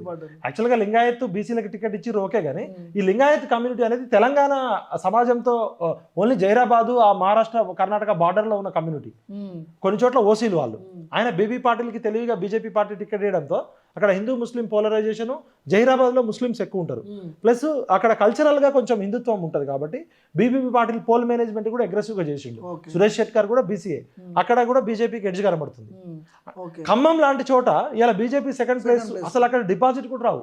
గత పార్లమెంట్ ఎలక్షన్ లో బీజేపీకి 20,000 ఓట్లు కూడా రాలే. అసలు ఓటు బ్యాంక్ పార్లమెంట్ లో నేను చెప్పేది 20,000 ఓట్లు రాలే. ఎమ్మెల్యేకి 1,300 ఓట్లు వచ్చినాయి. బీజేపీ కార్యకర్తలు కూడా లేని చోట ఇలా సెకండ్ ప్లేస్కి వచ్చింది అంటే ఇక తెలంగాణ మొత్తంలో మోడీ ఇమేజ్ అనేది ఉంది. అంటే ఈ 6 నెలల కాలంలో రేవంత్ రెడ్డి అనవసరంగా మాట్లాడడము, రేవంత్ రెడ్డి గారి భాష, సెకండ్ వీళ్ళు ఉద్యమకారులను దూరం చేసుకున్నారు. అమరవీరుల కుటుంబాలను పిలిచి మాట్లాడలే, ఉద్యమకారుల ఊసు లేదు, నిరుద్యోగులతో మాట్లాడలేదు, పాలిటిక్స్లో డెమోక్రసీలో డిబేట్, డిస్కషన్, డైలాగ్ అనేది చాలా ఇంపార్టెంట్. ఈ 6 నెలల క్రితం మేము అంతా కాంగ్రెస్ పార్టీ రావాలని పనిచేసిన మమ్మల్ందరినీ కూడా ఎందుకు దూరం చేసుకురంటే వాళ్ళకి తెలంగాణ అస్మిత లేదు, తెలంగాణ అస్తిత్వం లేదు. వీళ్ళ సలహాదారులు ఎవరు కూడా తెలంగాణ సమాజంతో సంబంధం లేని వాళ్ళు. ఒక కోదండరామ్ సార్ను, ఒక అలగోపాల్ సార్ను పిలిచి ముచ్చట పెడితే కుదరదు. తెలంగాణలో త్యాగం చేసినోడు, పోరాటం చేసినోడు, ప్రాణాలకు దయించిన ప్రతి ఒక్కడు కాంగ్రెస్ పార్టీ అధికారంలో కూడా పనిచేసిండు. ఎప్పుడైతే నువ్వు సమాజానికి దూరంగా ఉంటావో ప్రజలు కూడా నేను దూరంగా పెడతారు. ఇవాళ ఎందుకు బీజేపీ ఇంత అగ్రెసివ్గా వచ్చిందంటే బీఆర్ఎస్ పార్టీ ఓటు బ్యాంక్ అనేది మొన్న 37% ఉండే, కాంగ్రెస్ 39% ఉండే. మొన్న 14% ఉన్న బీజేపీ ఇవాళ దాదాపు 30%కి దాటుతుంది. మరి ఇంత తక్కువ కాలంలో ఎందుకు అంత స్పేస్ వచ్చిందంటే ఈ పార్లమెంట్ ఎలక్షన్లో బీఆర్ఎస్కి ఓటేస్తే మాకు వచ్చేది ఏమి లేదు. కేసీఆర్ ప్రధానమంత్రి అయ్యేది లేదు, కేటీఆర్ క్యాబినెట్ మినిస్టర్ అయ్యేది లేదు. వీళ్ళు తెలంగాణ ఉద్యమంలో అన్ని సీట్లు ఇచ్చినప్పుడే పార్లమెంట్లో ఏం పీకలేకపోయారు. బీజేపీకి డబ్బా కొట్టిరు, లేకపోతే బాయ్కాట్ చేసిరు. కాబట్టి గెలిస్తే ప్రధానమంత్రి మోడీ అవుతాడు, లేకపోతే రాహుల్ గాంధీ అవుతాడు. అయితే కాంగ్రెస్ కోటేసారు, లేకపోతే బీజేపీ కోటేసారు. మొన్న అసెంబ్లీ ఎలక్షన్లో కాంగ్రెస్ కోటేసిన వాళ్ళు కూడా ఈసారి ప్రధానమంత్రి మోడీ కోటేయాలి. మోడీ వాళ్ళు బీజేపీ ఎజెండా తెలియదు, బీజేపీ గుర్తు కూడా తెలియదు, మోడీ మోడీ మోడీ అనేది వెళ్ళిపోయింది. ఆ విషయంలో బీజేపీ 4 సీట్లు ఉన్నది, 1 సీట్ వచ్చినా వాళ్ళకి అడ్వాంటేజ్. కాంగ్రెస్ పార్టీకి కనీసం 10 సీట్లు రావాలి. ఎందుకంటే 65 ఎమ్మెల్యే సీట్లు అంటే వీళ్ళు 10 సీట్లలో గెలవాల్సింది. 10కి తక్కువ 1 సీట్ వచ్చినా కూడా కాంగ్రెస్ పార్టీకి ఫెయిల్. ఎందుకంటే ఈయన రెఫరెండం అన్నాడు. అక్కడ రేవంత్ రెడ్డి గారు పాపం తెలవక ఏదో ఏమో రెఫరెండం అన్నాడు. రెఫరెండం అనేది 5 సంవత్సరాల పాలన అంతా అయిపోయినాక బంగారు తెలంగాణ, వజ్రాల తెలంగాణ. కేసీఆర్ ఆల్రెడీ బంగారు తెలంగాణ చేసిండు. రేవంత్ రెడ్డి వచ్చి వజ్రాల తెలంగాణ చేసినాక ఇక ఏమీ లేవు, కాంగ్రెస్ పార్టీ చేయడానికి తెలంగాణలో ఏమీ లేదు అన్నప్పుడు రేవంత్ రెడ్డి రెఫరెండం అనొచ్చు. ఒకవైపు ఖాళీ బిందెలు ఉన్నాయి, నేను అదేంటి లంక బిందెలు ఉన్నాయేమో అనుకొని వస్తే ఖాళీ కుండలు ఉన్నాయి. మొత్తం అప్పుల పాలు చేసిండు. జీతాలు ఇవ్వడానికి కూడా డబ్బులు లేవు, ఏం చేయలేను, 5 నెలల సమయం సరిపోదని ఒకవైపు అంటాడు. ఈ 5 నెలల్లోనే నన్ను విమర్శిస్తారా అంటాడు. మరి ఒకవైపు 5 నెలల్లోనే నువ్వు రెఫరెండం అని ఎట్లా అంటావు? అంటే తెలంగాణ ప్రజలు మీరిచ్చే తాయిలాల కోసం ఓటేయాలా, బిచ్చగాల తెలంగాణ ప్రజలు ఏమన్నా? అంటే మాకు 2 లక్షల ఉద్యోగాలు వచ్చేసినాయి, మాకు మొత్తం సామాజిక న్యాయం జరిగింది, బీసీలకు. అంటే రెఫరెండం అని ఎట్లా అంటావు నువ్వు? రెఫరెండం అంటే ఇప్పుడు నువ్వు 17కి 14 గెలవాలి కదా, 14కి 1 తక్కువ వచ్చినా రేవంత్ రెడ్డి పాలన ఓడిపోయింది ఆయన ఒప్పుకున్నట్టు. అన్న నువ్వు చాలా అగ్రెసివ్గా చాలా కేసీఆర్ని కొట్లాడినావు. మా అందరికి హీరో నువ్వే. మా హీరో 0 అయిపోతే బాధపడతావు. ఆ రోజు మా కేసీఆర్ హీరో, ఇట్లనే అహంకారంతో పోయి 0 అయ్యిండు. నువ్వు 0 కావద్దు, హీరోగానే ఉండాలి, ప్రజల ఆకాంక్షలకు అనుగుణంగా పనిచేయాలి. మీరు సరైన అవగాహన ఉంటే సరైన ఆశయం ఉంటుంది, సరైన ఆశయం ఉంటే సరైన ఆలోచన ఉంటుంది, సరైన ఆలోచన ఉంటే సరైన ఆచరణ ఉంటుంది. మీకు అవగాహనలో లోపం ఉంది ఈ రాజకీయ నాయకులకి, ఆశయంలో చిత్తశుద్ధి లేదు, ఆలోచనను ఎవరితో పంచుకోరు. నేనే, నాకే, నాదే, నా మాటే శాసనం, నేను చెప్పిందే వేదం, నేనేది తలుచుకుంటే అది అవుతుంది అని కేసీఆర్ విర్రవీగితే, కేసీఆర్ ఏమన్నాడు? Telangana is equal to KCR, KCR is equal to Telangana, Bathukamma is equal to Kavithamma, Kavithamma is equal to Bathukamma. Telangana ఉద్యమంలో కేసీఆర్ గారి పాత్ర ఉంది, దానికి హ్యాట్స్ ఆఫ్. నా వల్లనే తెలంగాణ వచ్చింది, నేనే తెలంగాణ తెచ్చిన అంటే కర్రు కాల్చి వాత పెట్టింది. ఇవాళ నేనే తెచ్చిన కాంగ్రెస్ పార్టీని అధికారంలో, నా వల్లనే కేసీఆర్ అంటే రేవంత్ అన్న, ఎవరికైతే అజ్ఞానం ఉంటుందో వాళ్ళకి అహంకారం ఉంటుంది. ఎక్కడ అహంకారం ఉంటుందో అక్కడ అంధకారం ఉంటుంది. దయచేసి రేవంత్ అన్న చిన్న వయసులో ముఖ్యమంత్రి అయిండు, అందరి మేధావులు సమాజం సలహాలతోటి అజ్ఞానాన్ని వదిలించుకొని అహంకారం వైపు పోకుండా అంధకారంలోకి పోవద్దని మా ప్రాధాన్యత. సామాజిక తెలంగాణ కోసం దేనికైనా తెగిస్తాం, మా వాటా మాకు దక్కేదాకా మరో పోరాటానికి సిద్ధమవుతాం. థ్యాంక్ యూ అన్న.